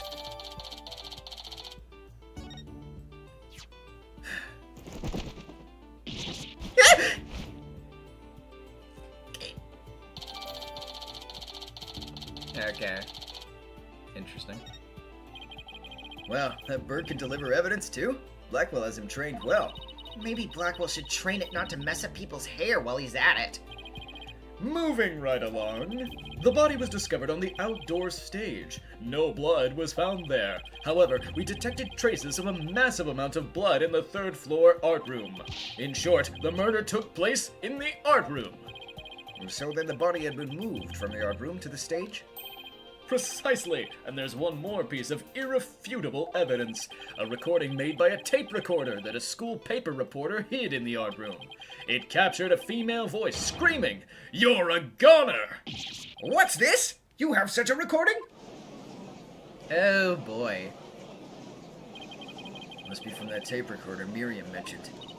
But why is this the first we've heard of a death threat at the moment of the murder? Shh! Silence, please! I would like to play the tape for you now.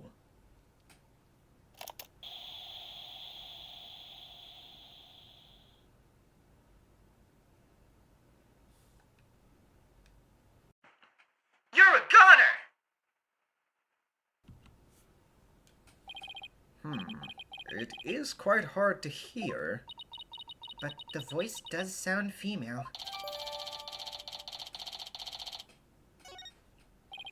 The noise and low volume of the voice had made voice print analysis all but impossible. Then you haven't identified the voice as belonging to the defendant. Not so fast. After all, a voice print analysis isn't everything. The victim was killed at night, then discovered in the afternoon the next day. The question is, when was the body moved? Oh, I know. I could have been moved in the middle of the night when no one was around. Sorry, but no. The campus was full of students that morning. However, no one reported seeing a body. That means the body was moved sometime before the mock trial when all the students and faculty were gathered in the lecture hall, and the rest of the campus was empty. It was during this time Hugh O'Connor, one of the mock trial participants, found the body. So, the prosecution heard about Hugh seeing the body. Wait one moment. If all of the students and faculty were gathered in the lecture hall, then there wouldn't have been anyone who could have moved the body. Ha ha ha! Have no fear, for there's always an exception! An exception? The 3 mock trial participants were standing by in individual dressing rooms. They were the only ones who had had free access to the deserted campus before the mock trial. What? Then that would mean... What would that mean? Those 3 students were the only ones who could have moved the body. In justice we trust! I don't like where this is headed, Athena. Me neither. And by those 3, I mean... Hugh O'Connor, Robin Newman, and Juniper Woods. I knew it. Please, Detective Fulbright, don't say what I think you're about to say. In justice we trust. I take it everyone understands now. The voice believed to be that of the murderer was female. And out of the 3 people who could have moved the body, just 1 is a girl. Huh. That leaves the defendant Juniper Woods as the only possibility. No! Out of all of the potential culprits, only 1 is a girl. For now. What do you mean? Don't worry about it. Impressive. He has you on the ropes even before any cross-examinations. You could at least pretend to be upset for me. A splendid job, Fulbright. I could not be any clearer. Feel free to anticipate a salary raise next month. I don't do this for the money. It's all about justice. In justice we trust.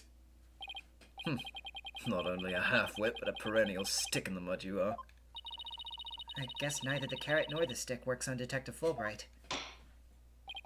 Now, bailiff, please bring our next witness to the stand. A box? Oh my god, is this the legendary Solid Snake? So, our first witness is a cardboard box? Yeah, that's me. I'm here, Colonel.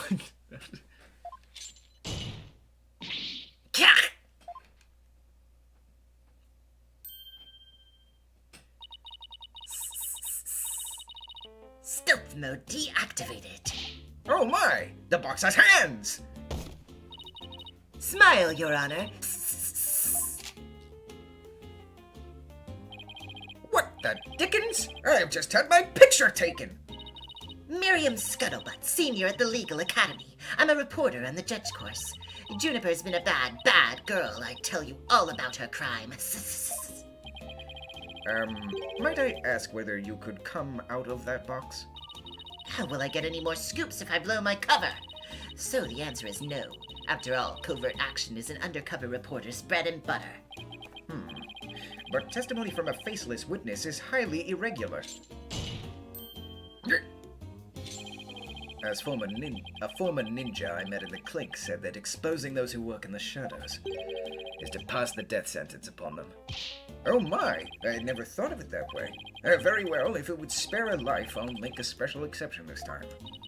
A former ninja in prison? Holy Shinto! How can the judge believe this load of crock? Now your testimony, please. Oh, but take care not to reveal your face.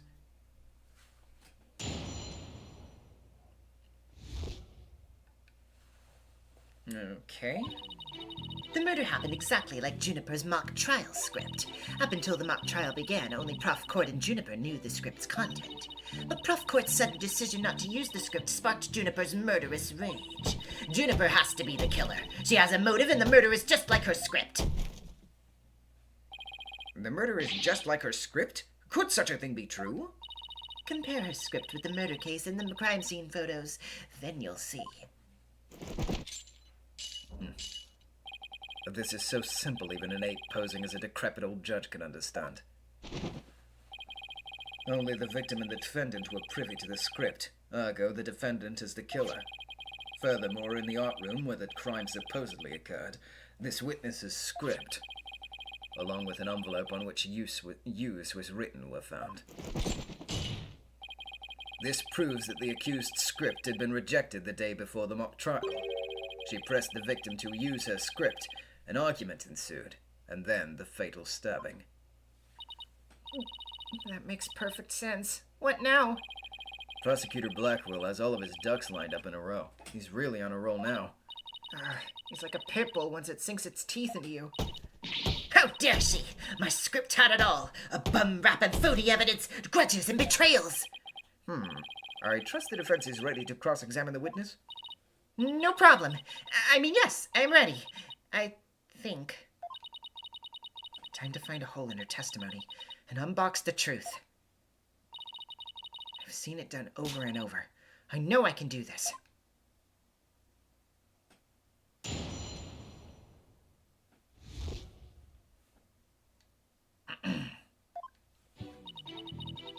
The murder happened exactly like Juniper's mock trial script. Up until the mock trial began, only Prof. Court and Juniper knew the script's content. Hold it! Somebody could have stolen a peek beforehand. I don't think so. I mean, I tried any number of times. Shame on you, Miriam. But that crafty she-devil Juniper has eyes in the back of her head. What chance does your average person have if an undercover reporter like me failed? Interesting point. Still. Miss Scuttlebutt, won't you get in trouble later for admitting to such underhanded tactics? Why, I plead entrapment! How is you blurting out your own crime entrapment? But you haven't scooped me yet. They were all set to use Juniper's script. But Prof. Court's sudden decision not to use the script sparked Juniper's murderous rage. Hold it! How do you know that Professor Court wasn't going to use her script? There's the art room where the heinous crime took place. An envelope marked use, and Miriam's Scuttlebutt script were found. Evidently, the script that was going to be used belonged to the girl in the box over there. It's only natural that my script would be accepted and hers rejected. I introduced all sorts of brand new concepts, including bribery and fake evidence. It was a cutting-edge script portraying a courtroom battle in the dark age of the law. I can't help but feel Prof. Court went out of her way not to use it. But Juniper, she used some devious, underhanded tactics to get her script chosen. That's why her script and not my masterpiece was used in the mock trial. How's that for an explanation? Juniper has to be the killer. She has a motive, and the murder is just like her script. Hold it! Anyone who saw the mock trial could have recreated the crime. After they saw the mock trial, they could have easily staged the body just like the script. Objection! Wary, isn't it, is the trial which pits the Hawk against Canary. Objection! What did you just say? If he's so weary, you should try humphing less, but that'd save him some energy. This is no time for jokes, Apollo. He just called me a canary. Don't let him get to you. At least canaries pick up on things quickly, just like you. I shan't repeat myself, so listen carefully, Sykes Dunno. Hugh O'Connor discovered the body before the mock trial even began. How could one stage the body as it is in the script before anyone knew its contents? That's right. Do you even fathom the intricacies that go into staging a crime scene? No, I think not. You have the rudimentary mind of an elementary school child. Elementary school? The Porter's testimony throws attorney Athena Sykes for a loop. The perfect caption. How marvelous. A photo in the newspaper is just the thing to boost your brand. In a school paper? Seriously? Anyone can see the similarities between the script and this case, but that doesn't mean Junie's the killer. I know it's frustrating, Athena, but we don't have much to go on at this point. All you can do is relentlessly press the witness and hope you find a hole. Okay, got it. Press relentlessly. Right. Okay, so I just have to press the first statement because I didn't do that one. Hold it! There must be places where the script in this case diverge. Don't sweat the details. That kind of stress will give you wrinkles. Objection! I'm not worried. My skin's as fair as silk. Objection! Indeed, you're quite fair. Fairly desperate. Objection! What did you just say? And also, it wasn't that funny. Like, what the hell's wrong with you? Like we really turned that one around on you. Whose side are you on? Hurry up and think of a clever comeback. Whoa, easy there, Athena. Now you listen to me. The two cases do indeed have their differences. For one, the stage hadn't been yet erected in the mock trial script. And in the actual case, there were signs indicating the victim's wrists had been bound. But such differences pale in comparison to the host of similarities. In any event, replicating the crime without knowledge of the script is an impossibility. Looks like I won't be passing this off as a coincidence. What a total burn. Try again, why don't you, pawn of woods? I believe you've pressed the witness more than enough, Miss Sykes. Now do you see how clear-cut my case is? Take it now, and in that fair, desperate mind of yours, take it in. Etch it deep so that you may never forget. No! No! Even my arguments get thrown back in my face. It wasn't supposed to be like this. What am I going to do? Athena, you should just about have all the answers you've been looking for now. Huh? Think about it this way. If the killer knew the details of the mock trial, would they really commit the crime in the exact same way? Yeah, that's kind of what I was waiting for someone to point out.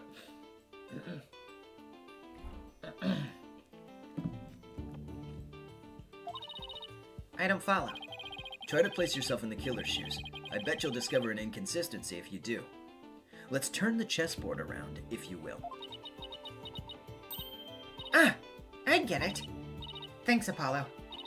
Miss Scuttlebutt, just so we're clear, you're claiming that the killer intentionally made the crime scene look just as it was in the script, and that it is beyond the shadow of a doubt, not a coincidence. Is that correct? No, duh. After all, it's more evidence of Juniper's evil she-devil ways. Objection!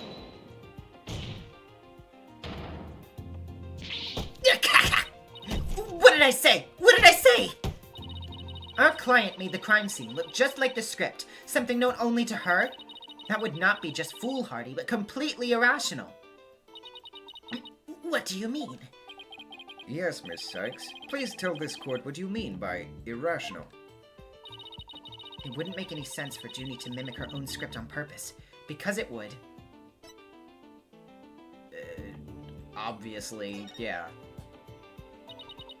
The murder scene was the same as it was in the mock trial script. That in and of itself is irrational. What's wrong with them being the same? Yes, Miss Sykes. Care to explain what you mean? Okay, let's say for argument's sake that Miss Woods is the killer. If so, then what reason would she have to intentionally make the actual murder mimic her own script?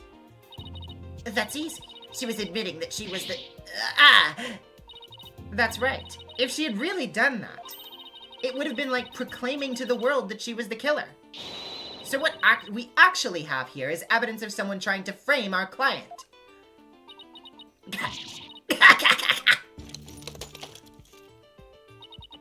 The body was found the day of the mock trial. In short, the day the details were revealed. So it would be completely inconceivable for the murder to go exactly like the script. Don't let it get to your head just yet. Objection! It would seem Justice Stoner's comrade-in-arms has finally drawn her sword. However, the blade is dull, and it shall remain so until you master its use. Enough with the stupid sword metaphors already! There's a perfectly good reason for those inconsistencies of which you speak. Reason? What reason? Must I spell out everything? You're what people today call high maintenance. The accused had intended to stop the mock trial, and in that event, nary a soul would have been the wiser to the similarities of the case in the script. Objection! No, the mock trial was only stopped after the body was accidentally discovered. Our witness here had also discovered the body. In fact, she was led to our dearly departed professor by the accused herself. What? Miss Scuttlebutt saw the body too? Precisely. And with the discovery of the body, the mock trial ought to have been cancelled. Wait, so you didn't call the police? Why did 2 people discover this body and not fucking call the police? Nope, I kept it a secret for my big scoop. You can't do that! I made her pay long and hard penance for her sin, did I not, my little box top? Compared to the work of a war correspondent, the sheer terror of that was... Jeez, I wonder what the Twisted Samurai did to her. Block off all the holes in her box?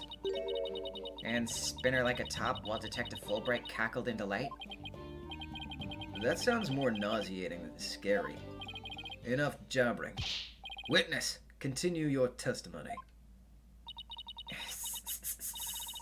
Sure, Mr. Samurai. I'm ready to finish off that she-devil.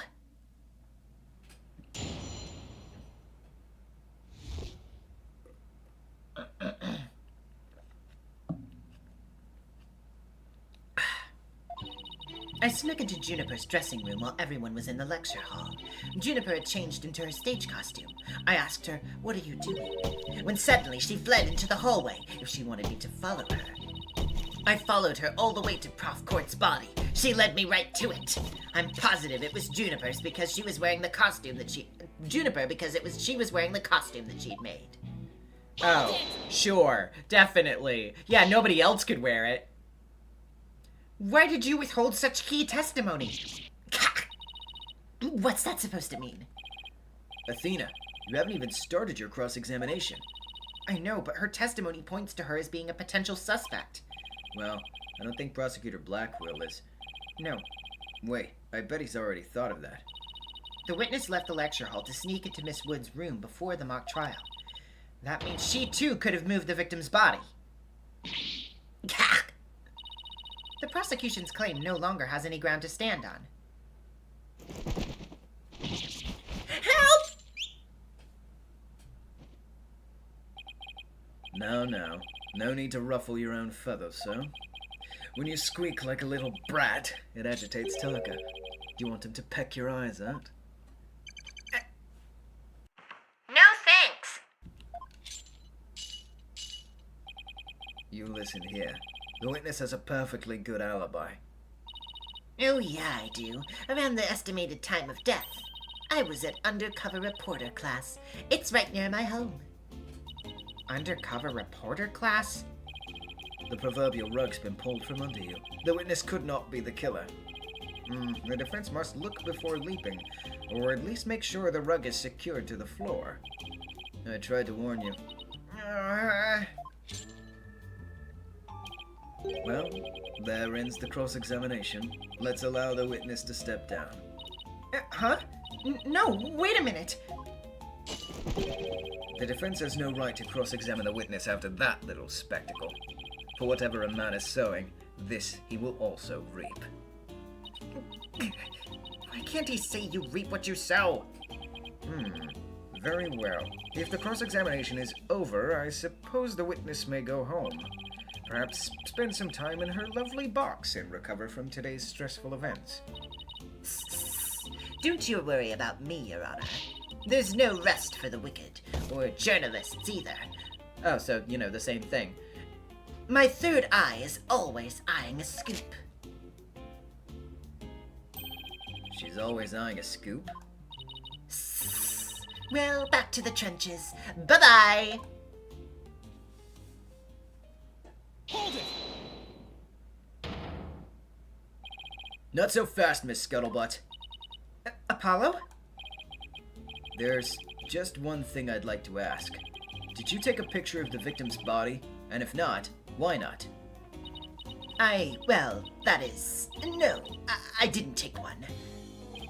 Well, that's strange. Why wouldn't you take a picture if you're always eyeing a scoop? Cack. Did you or didn't you really see the victim's body? Cack. It's not like I, actually saw it, but, What the devil? Did you hear that, Your Honor? The witness didn't actually see the body. Tabazo 1989 with the $20. Your voice acting across all of these characters is so fun to hear. Awesome. Hope you keep having fun during this playthrough. Thank you so much. That completely overturns the prosecution's claim that the witness was led to it. Justice, Dono. You dare best steal at me again?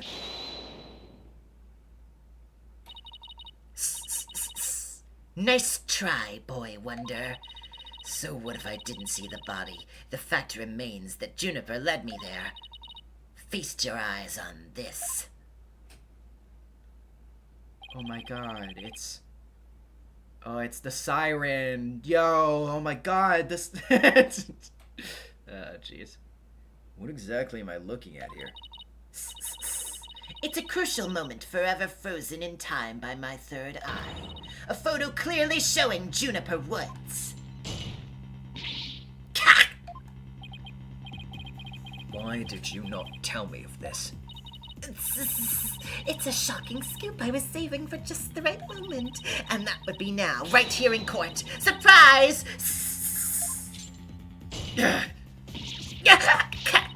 What did I do? What did I do? All journalists keep their scoops secret until the right moment. She's pretty brave hiding it from Blackwell like that. We're pretty stupid. Well, this is an unexpected turn. Athena? About this picture. See how it only shows the back of the subject? So then... Right. Who knows whether this photo shows Juniper in the first place? Objection! A completely irrelevant point. One is relevant here, is. There was someone who did try to lead the witness to the body. Take a gander at this. The route by which the accused escaped. The witness pursued the accused this way after she fled the dressing room.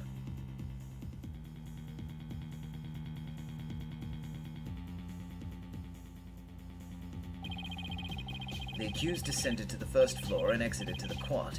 Then what, Cotton Cretin? Then I tripped and fell and caught my knee on my own box. She stayed under her box even while running after someone? Sounds difficult. Recall that the body was already there, for Hugh O'Connor had already seen it. She was trying to show somebody the body because she wanted to stop the mock trial. But if the facts have changed, that's all the more reason to cross-examine the witness. The defense has a point there. Very well. You may proceed with your cross-examination. Seems Justice Dono has saved your pretty little hide, Missy. For now, at least. Whew. Guess I pulled that off somehow. Thanks, Apollo. You're a lifesaver. Incidentally, my compliments to the witness for her very fine box. It's primo cardboard, lovingly selected from among many. Tell another lie, or hide another fact from me. And I shall put it to the torch. Please, anything but that. I think it would be more eco-friendly to recycle it, but that's just me. All right, Miss Sykes. You may cross-examine the witness.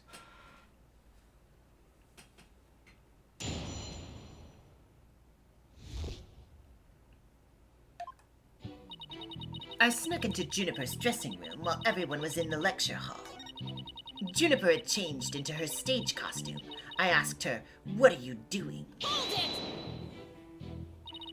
Why would she change into that costume? The mock trial was about to begin. How should I know? But if you don't believe me, take a look at this photo.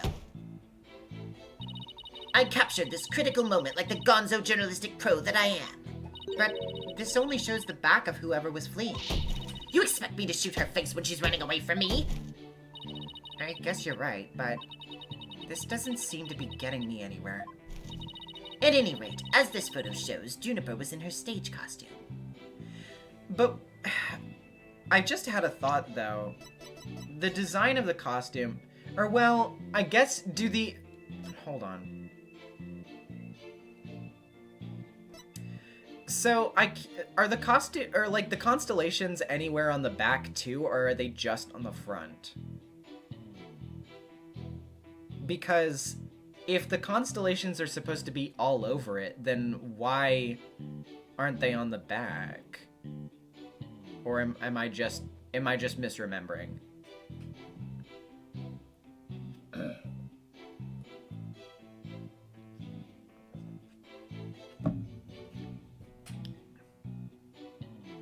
It says constellations throughout. Yeah. And constellations glow through fabric. Yeah, that's interesting.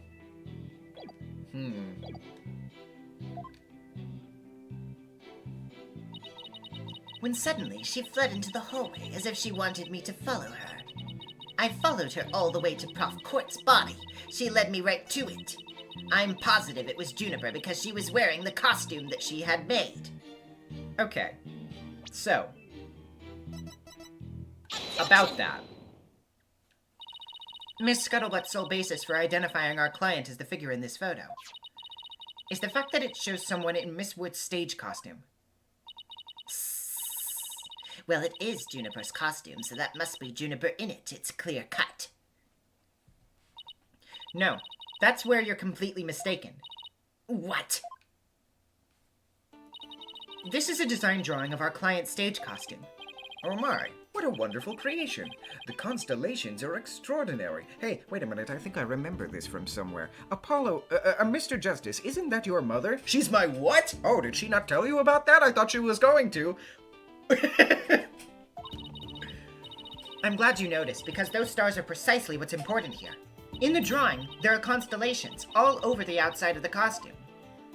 But there's not a single star on the costume in the photo. Oh, then that means, what exactly? Your Honor, there were no other blue costumes at the scene, which leads me to believe that the figure in the photo was wearing our client's costume inside out. But why would Miss Woods make a mistake like that? Well, it's not really a matter of why, but rather who made the mistake of putting it on inside out. Wait, you're not suggesting... That's right. I'm glad you're catching on. The costume's designer wouldn't put her own costume on inside out.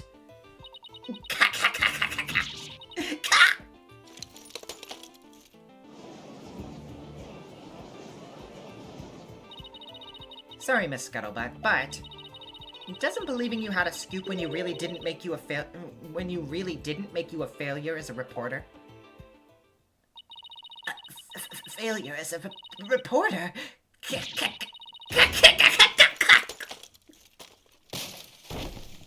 Oh, there she is! Hello, Miss Scuttlebutt. So nice to meet the woman beneath the box. You didn't see nothing. Objection! Now I would have you stop right there, Sykes Donner. For it is the why of the matter upon which I would have this court focus. What do you mean? Miss Juniper Woods, Yes, what were you doing on the morning of the mock trial? I was in my dressing room, painting my costume in fluorescent paint. Fluorescent paint? My design drawing shows twinkling stars on the costume. I was going to make the costume shimmer like that by painting it, the inside fluorescent. What was that again? Fluoride? Did your costume have cavities? Not fluoride. Fluorescent, as in glowing. The paint would make it glow in the dark. Yes, so you applied that to the inside of the costume. And then? I let it dry for a while because I heard it takes a long time. So I put the costume on my mannequin inside out. Inside out? So then, This is a photograph of the inside-out costume taken in the dark. As you can see, there's a heavy layer of paint over the entire inside of the inside surface. It's somehow, if someone were to properly don this costume in this state, the wet paint would get all over their body. Why, yes, I believe it would. Indeed. Ergo, the costume was worn the way it was, not by anyone's mistake. But because this was the way it was on the mannequin, inside out.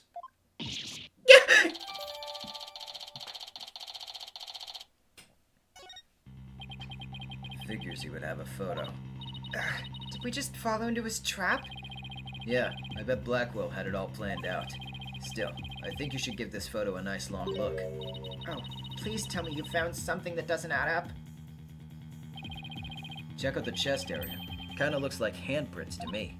Hey, you're right. But Junie would know better than to touch it while the paint was still wet. Objection! I believe the term to describe your thought process is wishful thinking. After all, if master painters make mistakes, why not rank amateurs such as the accused? Objection! So basically, you're saying my claim requires evidence to back it up. Evidence? That shouldn't be a problem, right? After all, you've come this far. Just because I've come this far doesn't mean I've thought everything through, though. What? You mean you've just been bluffing? What did you expect me to do? I'm sick of losing to this guy. But you're right. There's only one thing left to do at this point. And that's to present some evidence. Pronto! A showdown, is it? I gladly accept. The fluorescent paint must have stuck to the hands of whoever touched the costume. And that paint should glow in dark places. So I just need to carefully check every last piece of evidence. This piece of evidence shows who touched the costume.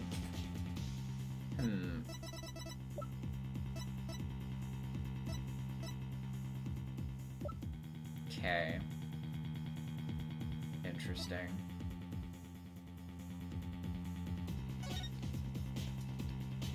Wait! Take that! Our school newspaper? Interesting. Take a look at the photo where the lights are dimmed, and the spotlight is on Miss Woods.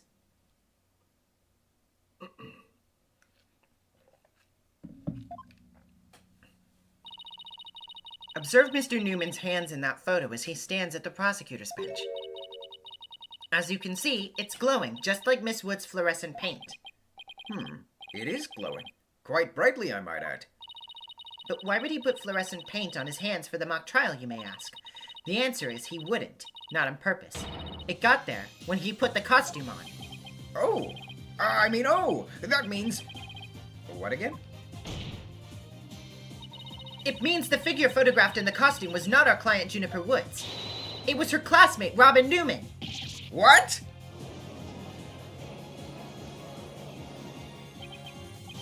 To think you were actually able to prove that. Well, you never know what's going to happen next. That's the thrill of the courtroom. So then... Does that mean that Robin is our man? Well, that's certainly how it looks. Very well. Robin Newman it is.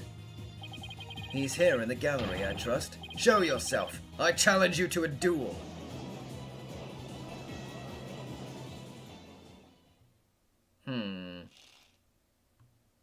Damn. Will the witness please state his name and occupation? I'm Robin Newman! I want to become a great artist! I practice day and night! Yeah! No! That's not it! Art's gotta be sincere, man! So for occupation, should we put down budding artist? No! Themis Legal Academy, senior, prosecutor course! This brace is proof of my masculinity! I've been training to be a prosecutor for 18 years! I assume you'll be cleaning up the pottery you smashed before you leave today. Ah! Oh, man! Ah! It seems the witness has finally settled down. I guess nothing phases the judge after all these years. You may proceed with your testimony, Mr. Newman. Specifically, the court wishes to hear why you had fluorescent paint on your hand.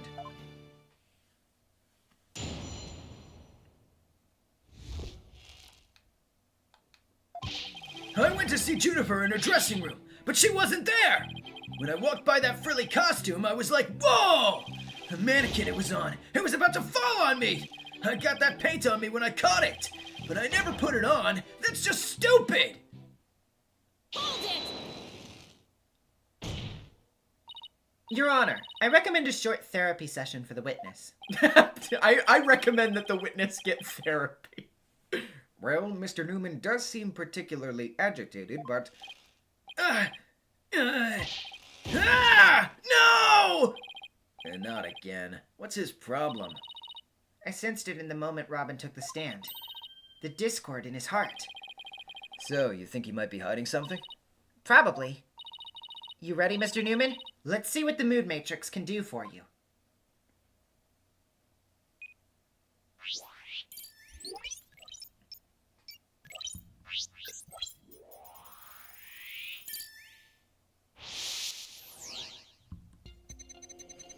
I went to see Juniper... Oh, no, wait. I went to see Juniper in her waiting room, but she wasn't there. When I walked by that frilly costume, I was like, whoa! The mannequin it was on, it was about to fall over. I got that paint on me when I caught it. I never put it on. That's just stupid!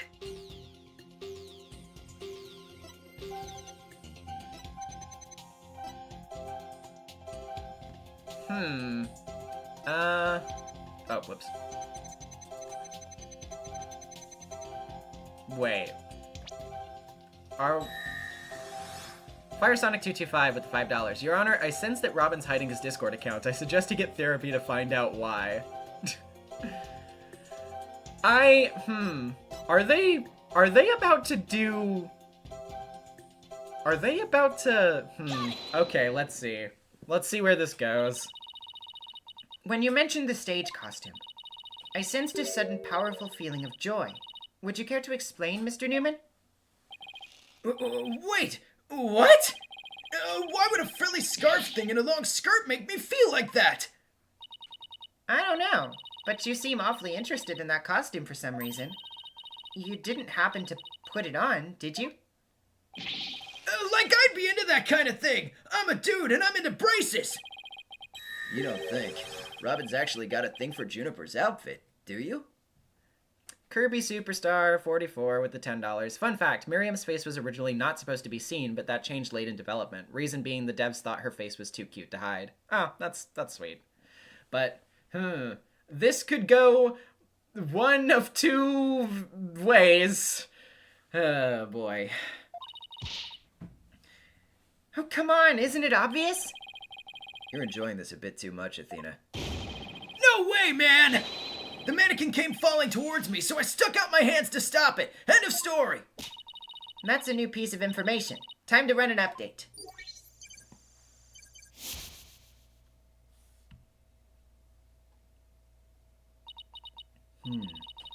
Even after that update, something just doesn't feel right here. Do I have anything that could prove his statement contradicts what really happened?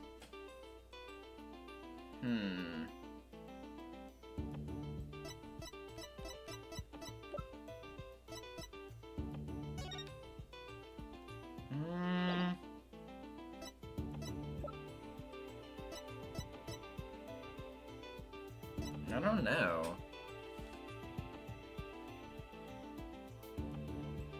Oh, yeah. I mean, yeah. Fair enough. Yeah. I just, yeah. Take that! You said the mannequin came falling towards you, so you stuck your hands out to stop it. If so, then the fingers of your hands would have been pointing outward like this. Oh, well, that's not what I thought. But that's not what the handprints show. In fact, this looks more like just your thumbs and the base of your palms. Why in the world would I leave such weird handprints? You know why. You left them when you went to adjust the scarf after putting it on. Ah. Just like the model in the drawing. Whoa! Why don't you just admit it, Mr. Newman? You did put the stage costume on, didn't you? And you really do like Miss Wood's clothes, don't you? Fine. I admit to putting the costume on. But I don't like girly clothes, man. Yes, new information to plug in. Time for another update. I snuck in, knowing the costume was in there. My heart was pounding, even though I'm a guy. Then I saw it. It was even more amazing than I'd imagined.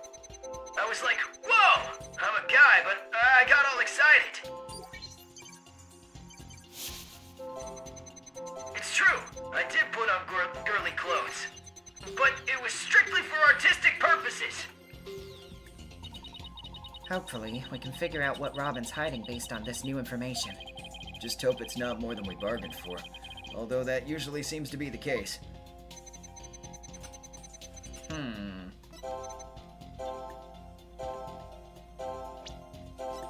What's this? There, another emotion that doesn't fit. So what? You're really starting to get on my nerves, man. Mr. Newman, you got excited when you put the costume on. But you also felt sad. Who cares if I felt sad? It's no big deal. Okay, Mr. Newman, out with it. Why did you feel sad? You're hiding something, aren't you? No! You're not fooling anyone anymore. Now tell us why you were sad. Okay, fine! If you're gonna be that way, I'll tell you. The reason I felt sad is... no matter how much I dress up, I'll never be as pretty as Juniper!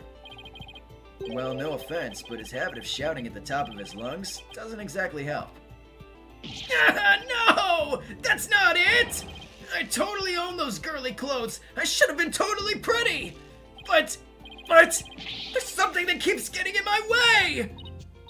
Wow, that's a whole lot of anger and raw emotion right there. His heart's crying out in pain. His emotions are out of control. Out of control emotions. We saw those during the Ninetales Vale incident. So all we have to do is find the source of his uncontrollable anger, right? Right. Help me look for a conflict between his statements and the images we see. If we can find that, then we can wrestle him away from whatever is tormenting him. Mr. Newman said that there's something getting in the way of him being pretty. Something that doesn't go with girly clothes. But what could it be? You know, okay, so for those of you who have played the 3DS version of this game, I heard something vague about this case being slightly tweaked to be better in one area. Does this have anything to do with that?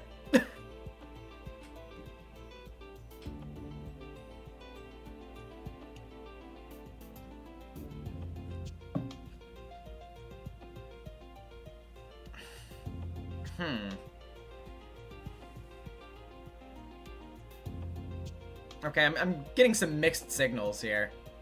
Yes-ish? Okay, what was tweaked you already saw. It was changed a bit. Interesting.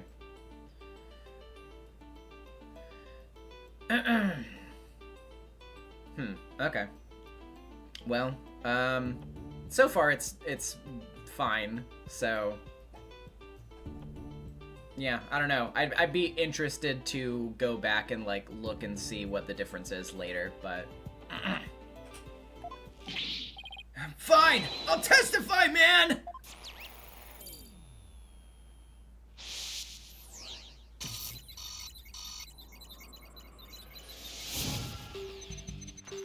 I snuck in, knowing the costume was in there.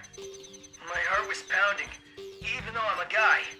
It's true, I felt a powerful feeling when I saw that long frilly scarf.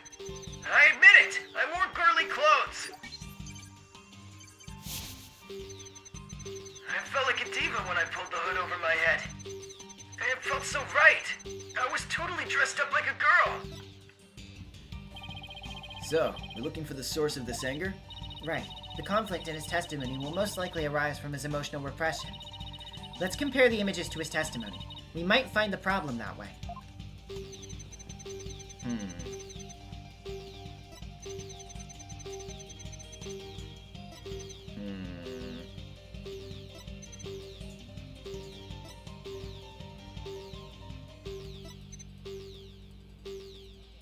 I mean, I don't know.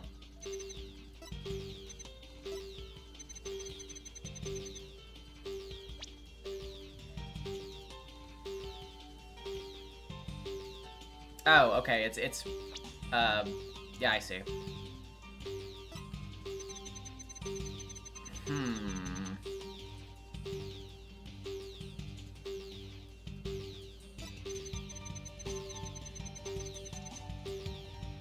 I don't know.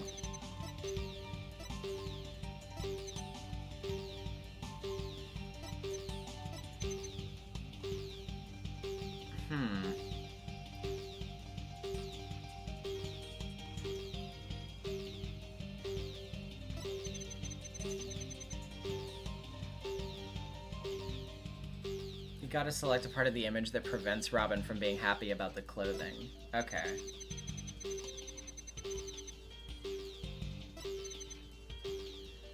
But I'm not sure.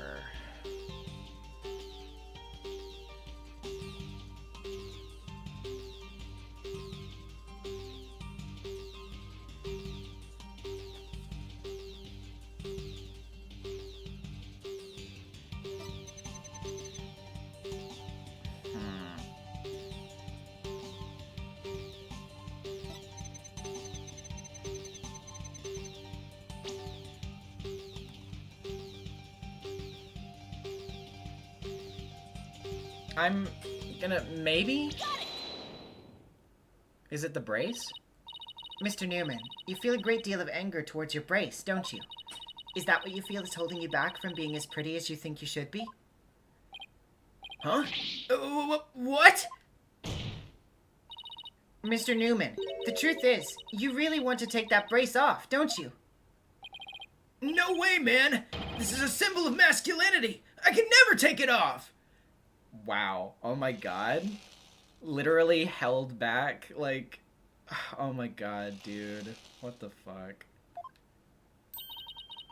Is it that you can't take it off? Or that you don't want to take it off? Oh man! I should have kept my big mouth shut! This is really weird. He exhibits intense anger towards his brace, which he calls a symbol of masculinity. But he can't take it off, not even when he's trying to look pretty. What could be at the root of his complicated relationship with his brace? I have a feeling we're on the verge of uncovering an earth-shattering secret. Athena, you okay? It seems Robin's still hiding a secret. A big one. Bigger than the fact that he's secretly jealous of Juniper's looks? Yes, at least I think so. No, it can't be. I just thought of something, but it's totally insane. Yeah, I don't know how I feel about that. Mr. Newman, What? I'm onto your little secret, and if I'm correct, it's not very little at all. It's huge. This sounds completely insane, but it's the only possibility left.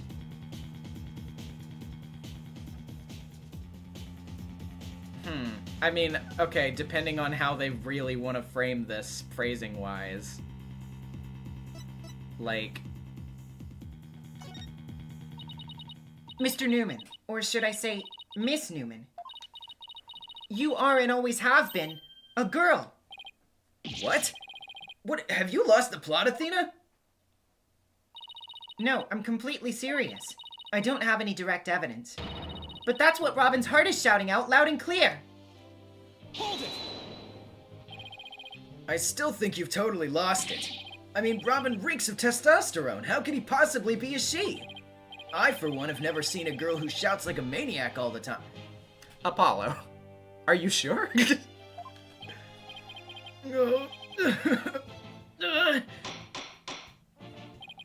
I've seen plenty of witnesses in my day.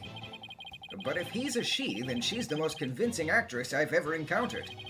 Therefore, let me pronounce my verdict. Robin Newman is without question a man.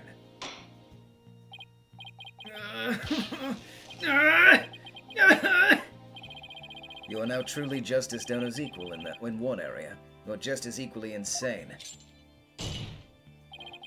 Never in the history of this planet has there been a finer specimen of the masculine spirit. Guys?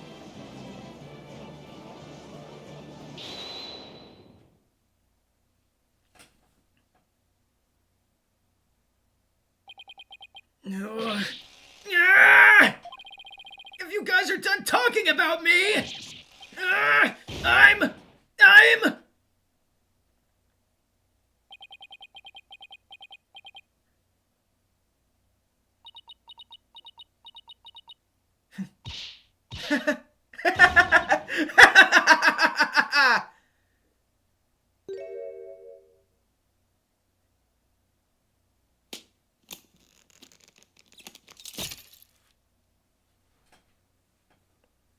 Yeah, the beep changed.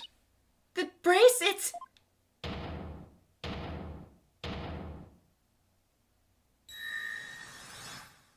Firesonic225 with the $5. Kept it a secret till now, but Robin Newman is my second favorite character purely because of this case. Hope you like them too.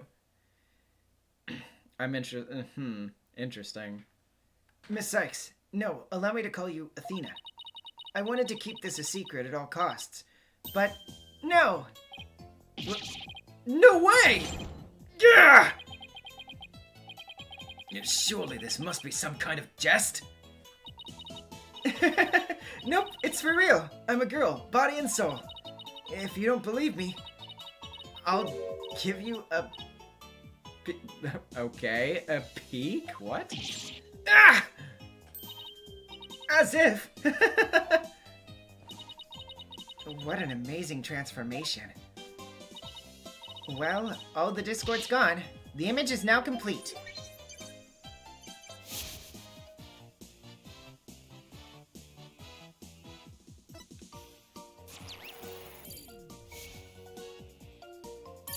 They kind of pulled their punches with the transness on this character last second. It's weird. Yeah, I was raised as a boy since I was little, and I studied law just as my parents wanted. But now, this living lie that had me pinned to the ground, it's... Ah! It's been blown to smithereens by you, Athena! Now I can stop pretending I want to be a prosecutor. I'm gonna be an artist! Yay! Oh, okay, so I see. They're...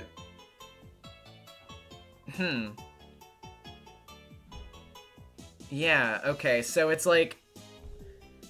So she actually is just a cis woman, but she was raised as a boy? Is that what I'm getting? Like, am I confused? Is that what they're saying?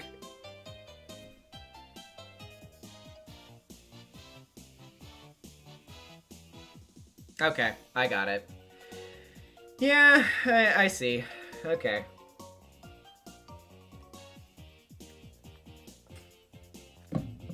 Sure. Order! Order! What a shocking development. He really did turn out to be a she. Why is everyone looking at me like that? I feel like a movie star or something. But no paparazzi, please. I value my privacy, okay? No pics or you'll regret it, man! Gabriel Martinez with the $5. The way I chose to interpret this, Robin's parents saw the male-dominated prosecutor's office and arrived at the wrong conclusion. Yeah, this... The text doesn't really contradict a trans reading at all. My parents raised me as a boy. Makes sense for a trans woman to say, even if it's not the writer's intention. Like, yeah, true. I don't disagree with you, but... Yeah, I don't know how I feel about this, man. It's very, like... I don't know. The way this is portrayed, the way this character is portrayed is... There's some interesting elements of it, for sure. But it's weird. I don't know. It's definitely not great. Am I just imagining things? Or is Robin even more hyper now than when she was a he? I don't know. Maybe it's because she finally got her troubles off her chest. Literally.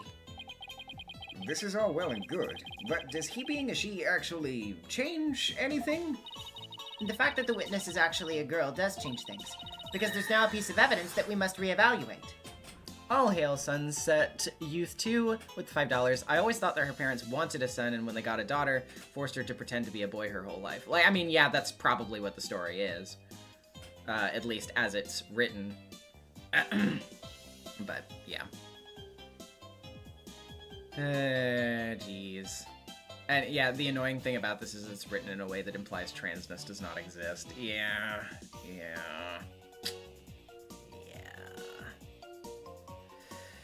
It's not great. It's not great.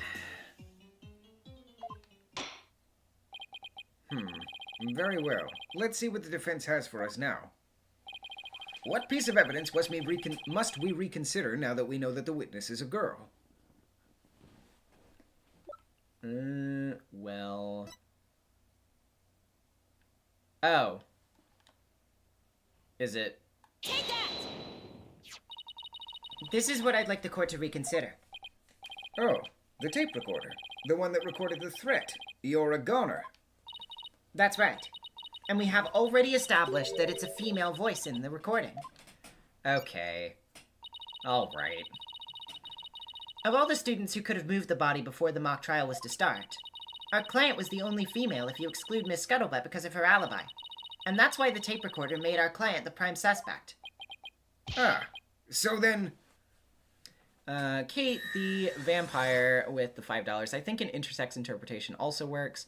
Parents basically choosing a child's gender isn't uncommon, but also, yeah, not super great writing. Yeah, exactly. Like, I mean, you can definitely make a case, like, you can, you know, like, you can definitely make a case for, like, better interpretations of the text, but as the text is written, it's not great. That's right. The witness just revealed that she's a girl. Therefore, if we're using the voice in this recording as the basis for hurling accusations, this witness must be labeled as a suspect too. Yeah, this kind of sucks. Lugigi with the $5. It would have been handled much better if written now, but I think it might have been more reasonable at the time. I don't know if I necessarily agree with that. I'm not really always a fan of that as an explanation for it. I don't know. I mean, like, I get what you're saying, but I don't necessarily agree. Oh no! Wow, talk about a sudden turn of events. You've done it. You found a hole in one of the prosecution's key pieces of evidence. Yeah, but wow, that was a lot of work for a single one. Objection! Not so hasty now. You're forgetting that only one person here was privy to the script. Ergo, Miss Juniper Woods is still the prime suspect. Objection! But Miss Newman hid the fact that she was a girl, both at the crime scene and in court. I'd say that puts her in camp suspicious. And to that's with the $5. I played the 3DS version in high school, and I barely remember what I thought of the twist, except, well, it's better than Chihiro. Yeah, I mean, that's not an exceptionally high bar, however. That's not nice, Athena! How can you accuse me of being a killer? Okay, can I just also listen? If the chat's going to argue about this, please, I would implore them. I would implore you guys not to get rude with each other, please. If the chat derails like this, then I'm gonna turn it off. So please be chill. Please be nice to each other. I mean, I'm just a weak, innocent little girl. Just thinking about that murder makes me... Objection! Suspicious is as suspicious does. Undoubtedly, the witness does have some sort of connection to this crime. Perhaps our newfound lady is merely feigning ignorance.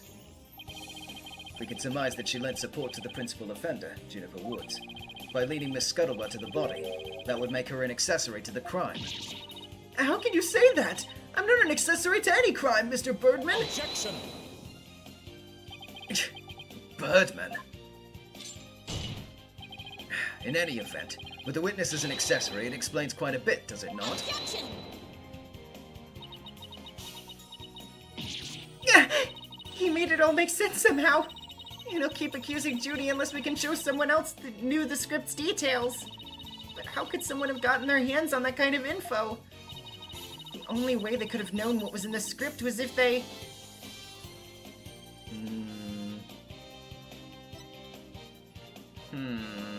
Well...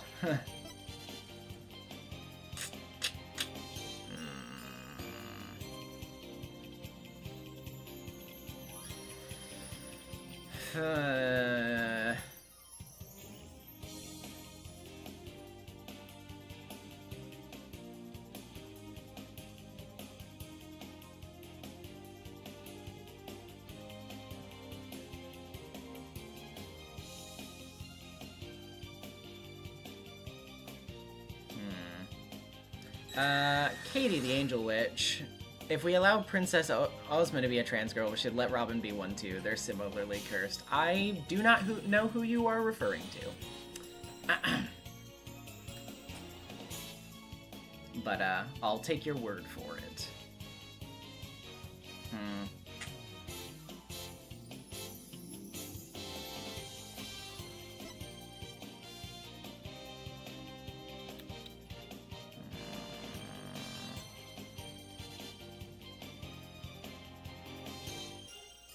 Okay. Yeah, I don't like to call out particular people in the chat, but Piss, please. Cool it. We can just move on from the subject, please.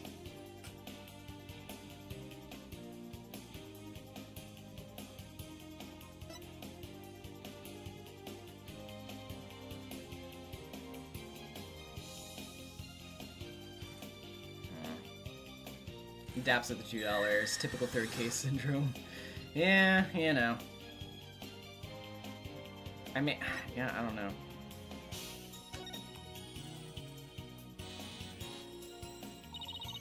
Sorry, Junie, but you're not going to like this. Our client may have leaked the script's details to someone.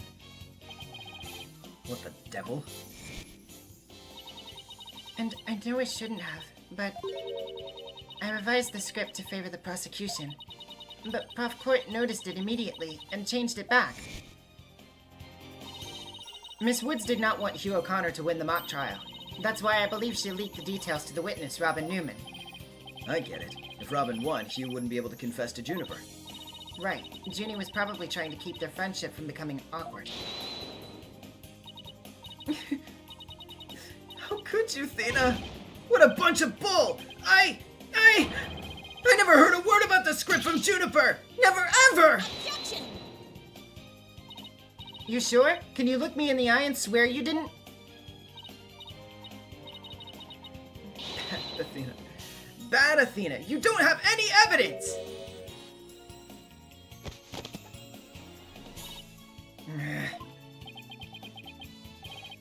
Actually, we might have just the thing.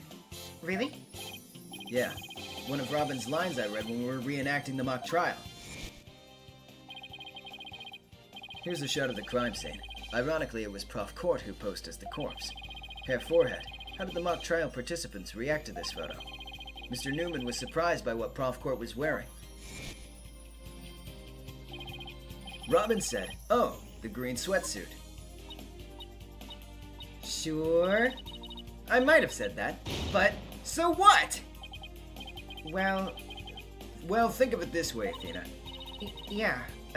Which way exactly?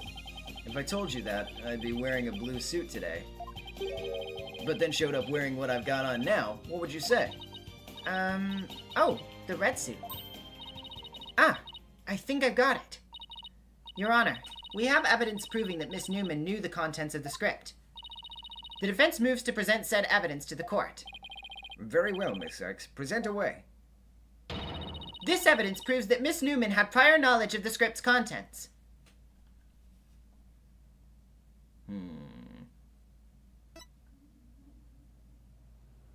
Oh, wait. No. Never mind. Misremembered.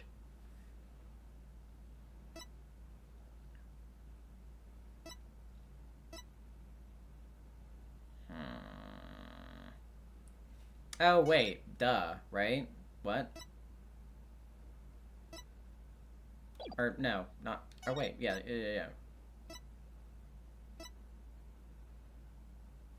Yeah, duh. Okay. Take that! The mock trial script?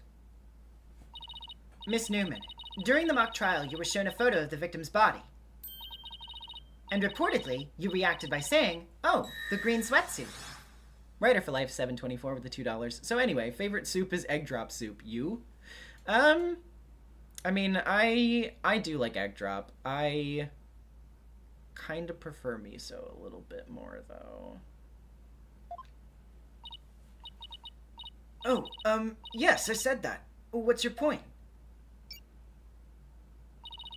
You seem to have some issue with the green sweatsuit, and I think I know why. The proof is in the script, specifically on the things to prepare page. Sweatsuit. Victim's outfit will be a red one from the prosecutor course. You were surprised because the sweatsuit in the photo was green. But if you didn't know about the script's content, then that shouldn't have surprised you. No! I thought we were friends, Athena! How could I have been so blind? In light of her privileged knowledge, I move to declare Miss Newman as a suspect, Your Honor. Kirby Superstar 44 with $5. When Robin says a 4-letter word with dashes, she is sounding each letter out one by one, cutely spelling it. I know, I just don't want to. You what?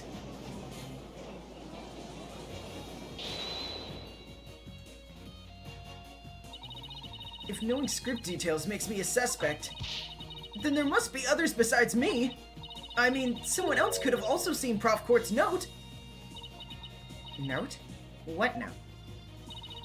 The professor and Juniper were working together to prepare for the mock trial, but only one copy of the script was made to prevent it from being leaked. But that gets kind of inconvenient, right? You're not seriously going to suggest. But it's the truth. Prof. Court did exactly what you're thinking. She didn't write down any of the proceedings or the truth behind the case. But she did write a note to herself about the props and details about the victim's body. Is this really true, Miss Newman? If you don't believe me, send the police over to my house. Tell them to check the pictures on my camera. I thought it might give me an advantage. So I took a picture of the note. I'd say she's telling the truth. Wait a sec. If there's a note with details about the body, then that means there are others who could have made the murder look like our client's script. Yes, I believe you're right. Apparently, this case isn't as clear-cut as Prosecutor Blackwell would have us believe. This new revelation blasts a big fat hole in the prosecution's case. Oh-ho! Objection! Bully for you, Missy. But don't think this spells victory. And why not? The battle is still young, and my blade's now fully drawn. Between it and my next witness, your life will be forfeit, so put away your wooden sword. And show me what you're truly capable of if you wish to live. You want it? Don't worry. I'm gonna bring it. 1 second. Okay. Was just checking something.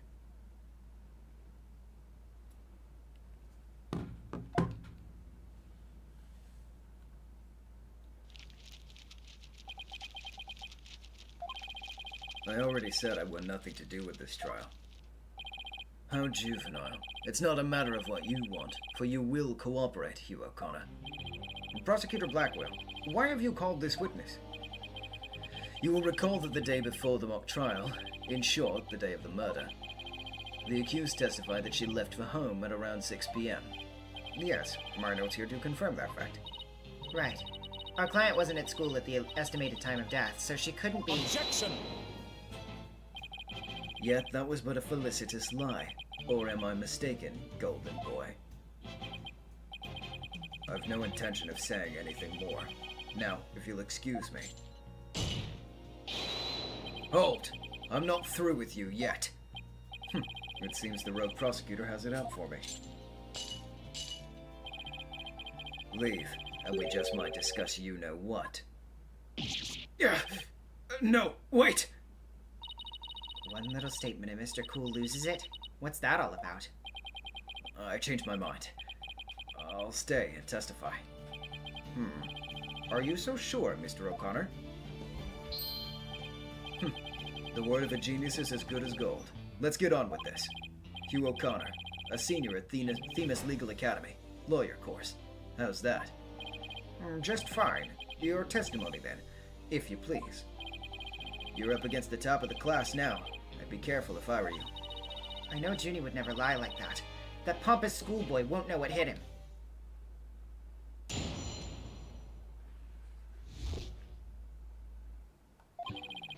To get mentally prepared for the mock trial, I meditated at the archery range till 7 p.m. At around 7:15, I went to the main building before going home. That's when I saw Juniper. We didn't say much as we passed by each other. She seemed her usual self. That's it. Anything else you'd like to ask? That's quite enough. Well done, golden boy. The final bell rings at 7 p.m., at which point the campus is a desolate place. Now you will recall the tape recorder. We know the time of that voice recording. It was 7:10 p.m., the day before the mock trial. That was the dark hour of this heinous crime. Do you have any proof of that? As its final bell, the school plays a special broadcast when the clock strikes 7. The female voice on the tape appears 10 minutes after that broadcast. The killer waited until the school was empty to spring her devious and deadly trap. So, when the witness saw the defendant, that would have been... Indeed. It was 5 minutes after the voice was captured on tape in the art room. Ergo, we know that the accused was still in the main building, even after the killing. So, the time of the murder and time of when the body was moved. Great. Another inconvenient testimony. Miss Sykes, your cross-examination, please.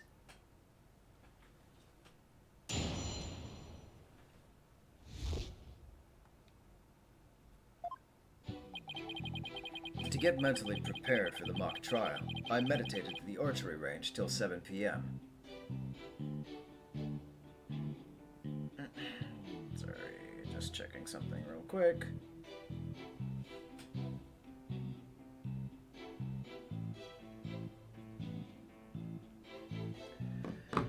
To get mentally prepared for the mock trial, I meditated at the archery range till 7 p.m.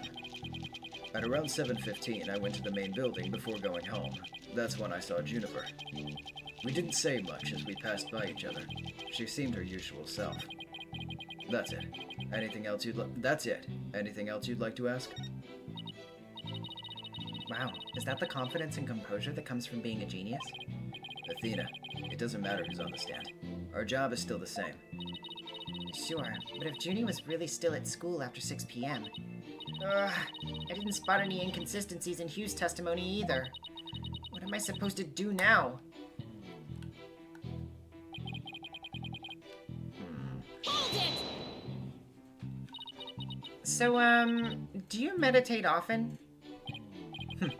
Don't tell me you're going to start pestering me, too. What's that supposed to mean? No need to play dumb with me. All the girls want to know about my private life. What? I will remind the defense this is a court of law, not a pickup spot. It seems Miss Fancy Pants' lawyer is smitten with the witness. Objection! Objection! Objection! Objection! I am just trying to establish the witness's... If you must know, I never go a day without meditating. Satisfied now, stalker girl? That's it! You better take that... Whoa, whoa there, Tiger. Just take a deep breath and relax. I'll just continue my testimony now, if you don't mind. At around 7:15, I went to the main building before going home. That's when I saw Juniper. Hold it! Our client has stated that she went home at 6 p.m. You and Prof. Court were busy preparing for the mock trial together yesterday, right? Was that the last time you saw her? Yes, I left school at around 6 p.m. No, wrong. I don't know what she was doing, but Juniper was definitely at school after 7 p.m. But I suppose neither side can prove one way or the other.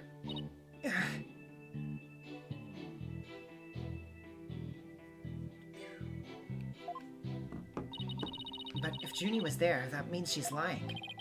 Truth be told, I only saw her for the briefest of moments. We didn't say much as we passed by each other. She seemed her usual self. Hold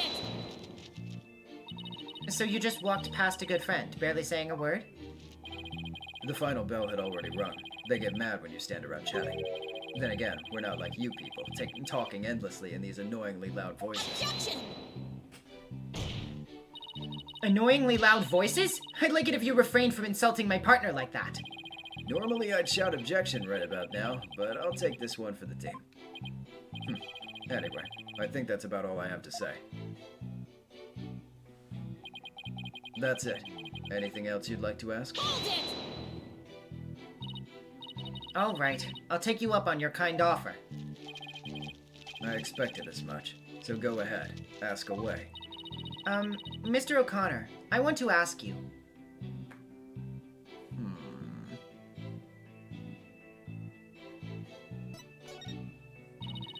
Why would an honor student like you ignore the last bell?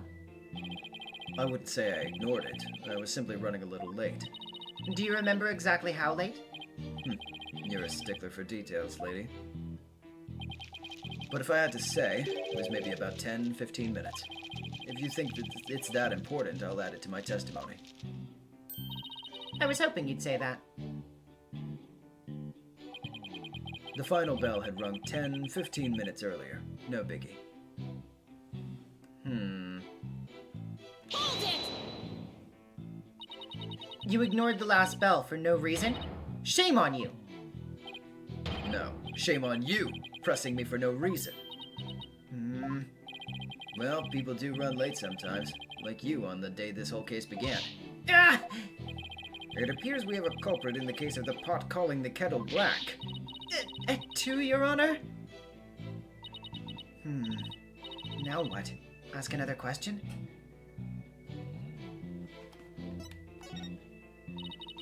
Please tell the court what you were doing on October 23rd, the day before the mock trial. That's an easy one. Nothing in particular. Nothing at all? You didn't help with the preparations? You don't get it, do you? I was merely playing the role assigned to me. I left the preparations and like the others. My job was to be mentally prepared. Junie put her heart and soul into getting things ready while he just sat on his behind? Just to reiterate, I spent most of the 23rd meditating at the archery range. I didn't talk to anyone until the school closed at 7 p.m. I suppose a few archery club members did come and go while I was there. But you didn't talk to anyone? Not a single soul? That's right. I didn't say a word to anyone until the final bell at 7 p.m. I see. This is crucial information. Please add it to your testimony. I don't know if you're bluffing, but if you are, you have a pretty good poker face.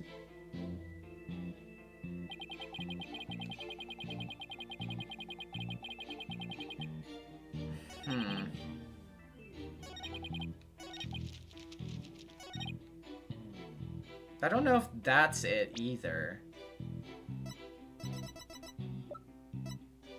Because, yeah, it's not like we have a recording of him or anything. I mean, unless they... I don't know. I don't know that they would want me to present that here or anything like that.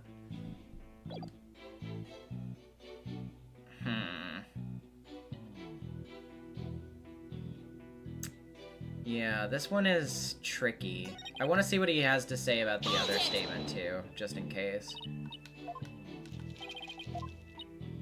Okay, did you go to the art room? Did you stop by the art room? Or, as it's now known, the scene of the crime? No, I didn't. Can you prove it? As much as I'd like to say I could, I can't. But let me ask you, can you prove that I did? As much as I'd like to say I could, I can't. But I will ask you, how often do you visit there? Hardly ever. There's no reason for me to be there anyway. There's no reason for you to be there. Is there an echo in here? If something's bothering you, I'll just add it to my testimony. How considerate. Thank you for noticing. Let's add your statement to your testimony. It is kind of clever that they add all of them to the testimony and cycle out like that, because it usually whenever there is a statement added to the testimony, it's like, oh, well, obviously that one's going to be important, I have to present on it. But because you're able to cycle through multiple of these, it kind of doesn't really narrow it down.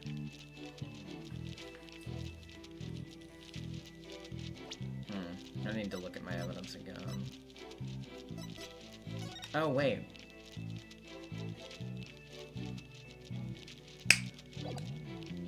That, I think I got him. Okay, hold on. I'm gonna press him about this again.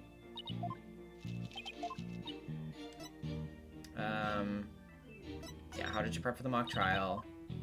He's gonna say that he didn't talk to anybody.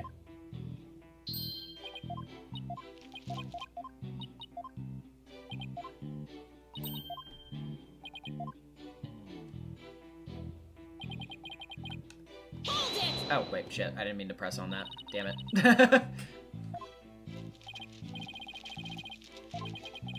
Oh, did I not read this? But what does that matter? So, he didn't have any conversations? The entire day? Methinks that claim needs a little more scrutiny. But what should I do? Is there anything I should ask about in more detail?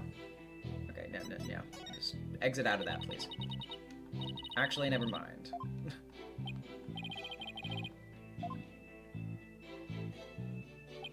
Okay. So, go back to that statement. Objection! Got it. So, you didn't talk to anybody on October 23rd? Are you sure about that? I already told you. My word is as good as gold. Okay, then how do you explain this? And don't spare any details. Sorry, never seen that before. This is the victim's planner. She recorded all of her plans in great detail. Take a look at this page here. It reads 23rd, meet with Hugh and important. Don't you find that interesting? What? Where did you get that? The keyword here is important. You say you were at the archery range all day.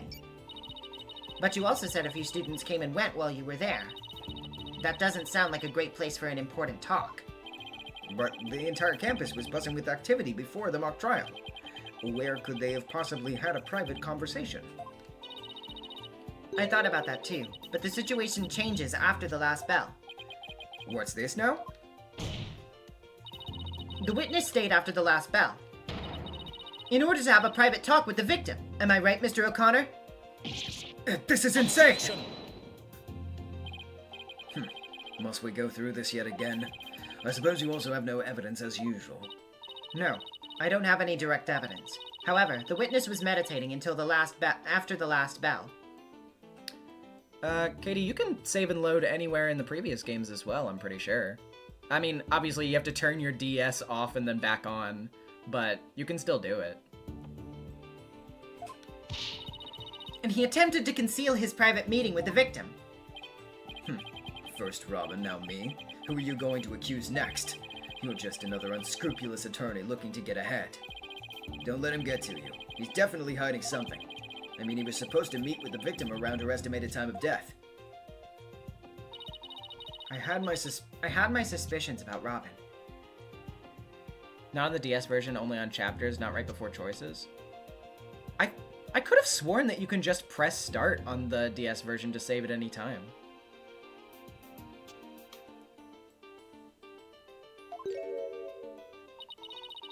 Hugh seems just as guilty. These three are the only possible suspects after all. Mr. O'Connor, answer me this. Did you meet with Prof. Court that day?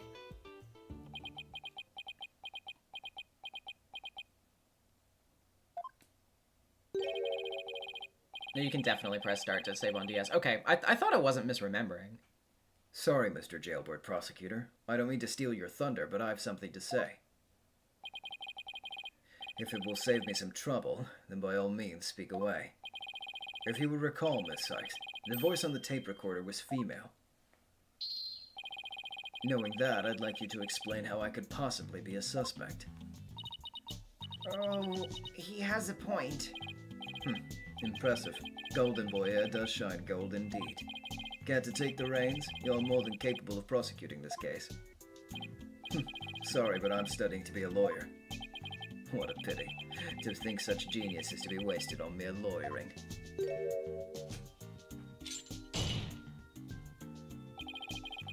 At last, your moment is here, Sykes Dunno. Time to refute Golden Boy's statement. And prove that you're the young prodigy worthy of the badge on your lapel. Could he lay any more pressure on? The voice is unmistakably female, so there's no point in arguing about that. Yeah, you're right. In which case, to whom does the voice on the tape really belong to?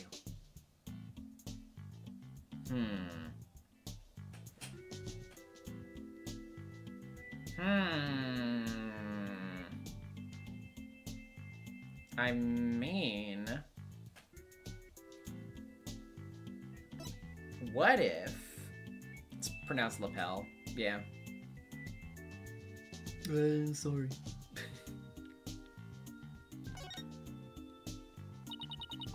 That voice on the tape belongs to the victim. That's the only thing that makes sense. Objection! Are you mad? The voice in the recording says you're a goner. That's something a murderer shouts at the victim, not the other way around. Yeah, that is a problem. You're a goner. You're a goner.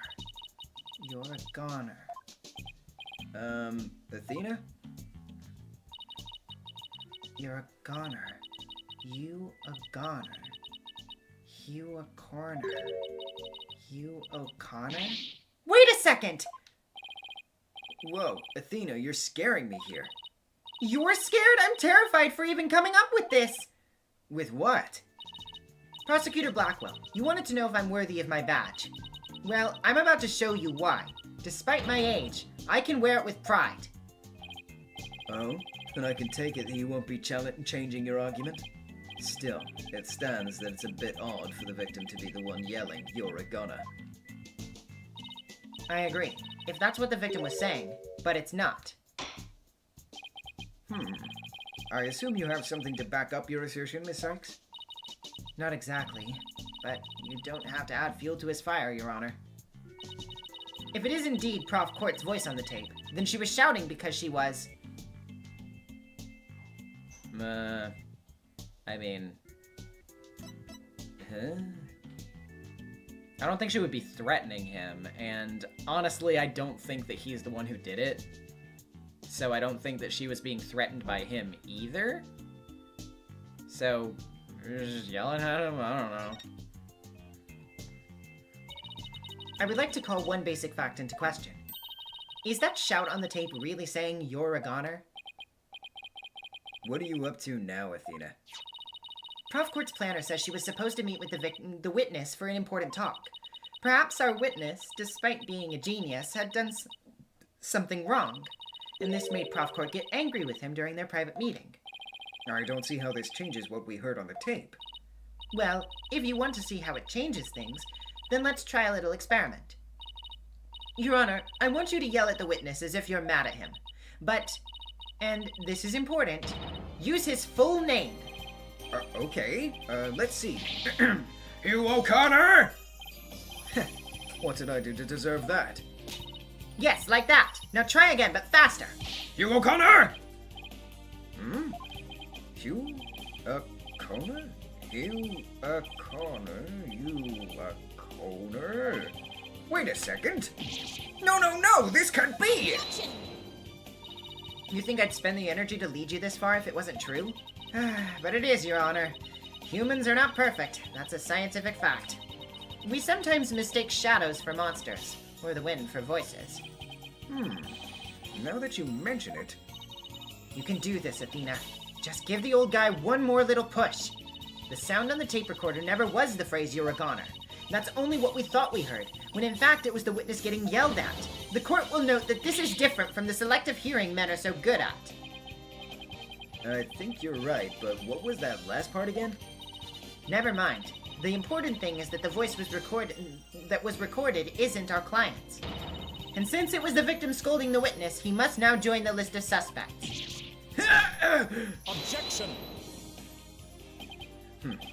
I thought that testimony would suffice, but it seems it's come to this. I will not allow such fallacious quibbles to upend this case. The prosecution has one final piece of evidence to present to the court. Evidence? What's he gonna pull out now? Feast your eyes on this photo, and let me see that insolent look vanish from within them.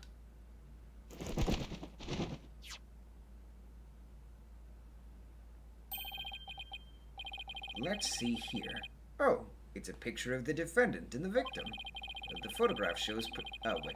The photograph shows professor and student preparing for the mock trial together. Wait, was this taken in the art room? The room where the murder occurred? Indeed it was, but the revelations do not end there. Do you see the clock on the wall?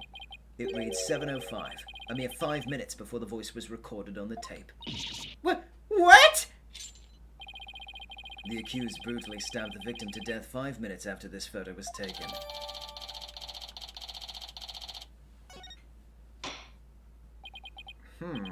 It seems the defendant's culpability in this crime is quite obvious.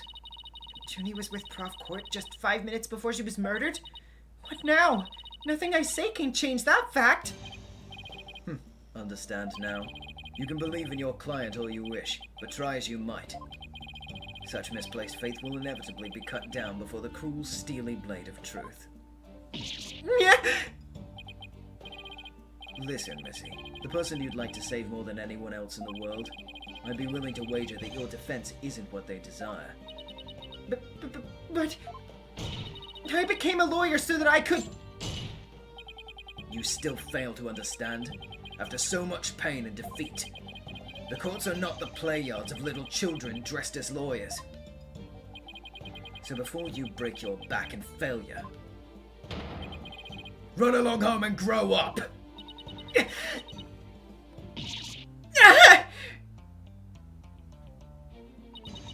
If he thinks I'm giving up now, he's got another thing coming. I have to find my inner strength if I ever hope to save him. Who? I can't think of any way to strike back. The worst of times are when lawyers have to force their biggest smiles. That's impossible. How could I smile under these circumstances, even if I forced it? This is badder than bad. Who knew Blackwell had that one waiting in the wings?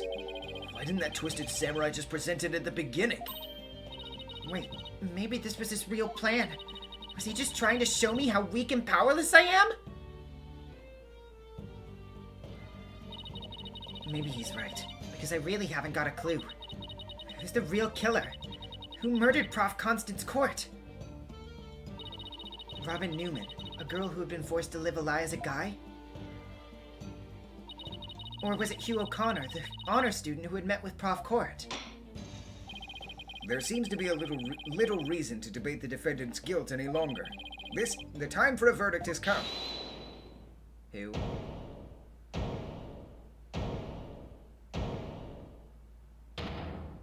Oh, okay. No! That's not gonna happen, man! What's the meaning of this? You can't interrupt a judge about to hand down a... Maybe, but false verdicts are a no. What? Miss Newman, please explain yourself. Juniper's not the killer. I know because I know who the real killer is. You do? You know who the real killer is? What is she up to now? Yep, I know because the real killer is... Me! What? It was me! I did it alone! Just me! I don't get it. Why is she confessing? Miss Newman was witness near the stage. There's even a related photo of her. The more I think about it, the more suspicious she seems. Robin Newman isn't the kind of guy who pins the blame on friends! Just so he can walk free! Get it over with! Declare me guilty already!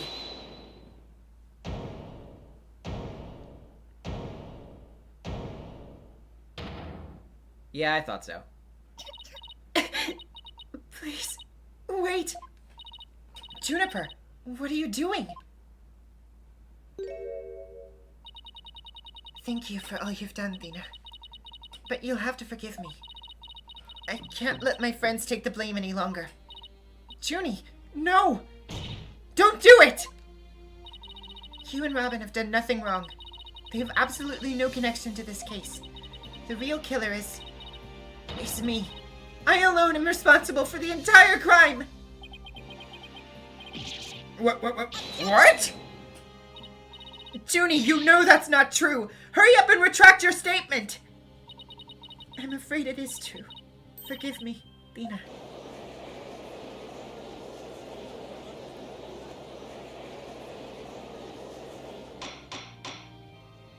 Order! Order! Will somebody please explain what's going on here?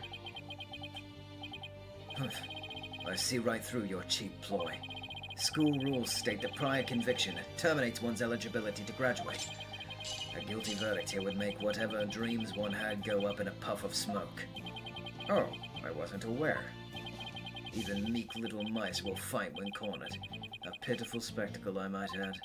These vermin are trying to protect each other, now that they've nowhere else to run. Protect each other? Wait. So, was Robin just trying to protect Junie too? If so, then the real killer is... Oh my god, doing this like 3 times.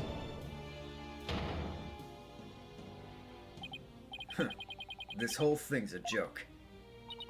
Uh-oh, now it's Hugh's turn. What? What is wrong with kids these days? I know what just crossed your mind, Miss Sykes.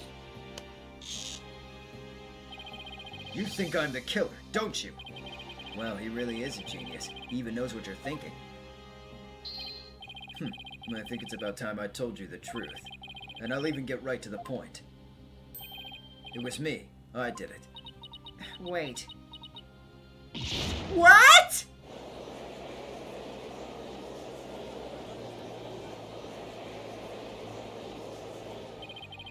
Now both potential suspects are claiming to be the real killer. I am so confused right now! Atropos of the $2. Fuck, I fell asleep. Sorry for missing the incident. Don't worry about it. You're okay. If you still have doubts, how about I detail my murder plot? It's absolute genius. Enough of this nonsense! This is a court of law, not the set of some high school drama! Actually, I see I have no choice. I'm afraid I'll have to... Oi! Wait! Your boldness! I'm sorry, Prosecutor Blackwell, but I'm in no position to hand down a verdict just yet. I'm hoping that the defense and prosecution can come up with some airtight evidence. That's why I'm giving you both the rest of the day to continue investigating this case. Pinch me. I think I'm dreaming. Fine. Do as you wish. This brings us today's proceedings to a close. Court is adjourned.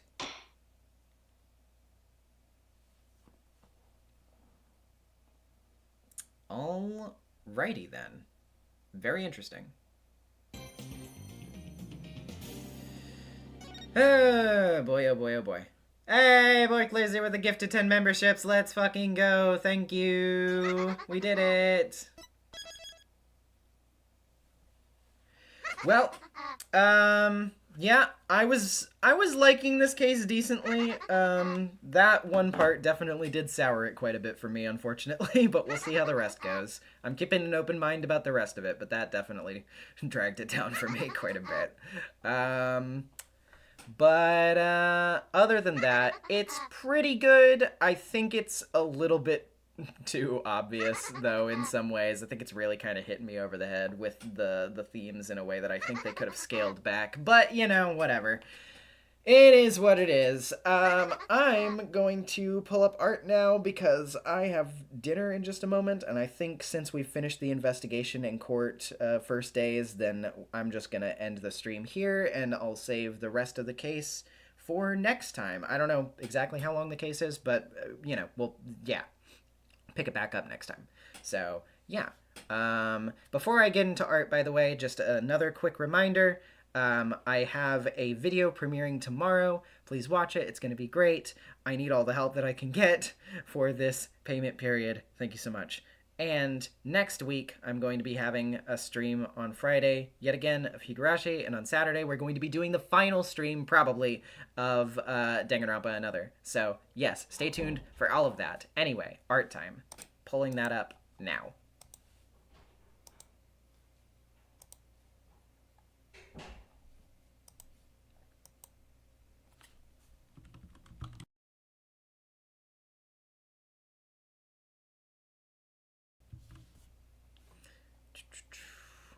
Okay. So let's see here.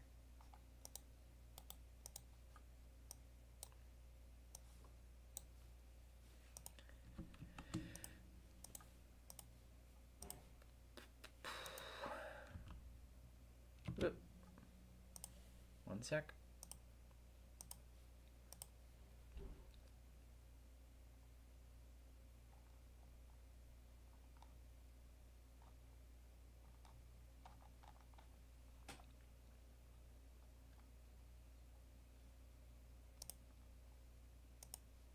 Okay, we don't have too many to go over today, so that works out, I suppose. Let me check the Discord really quick.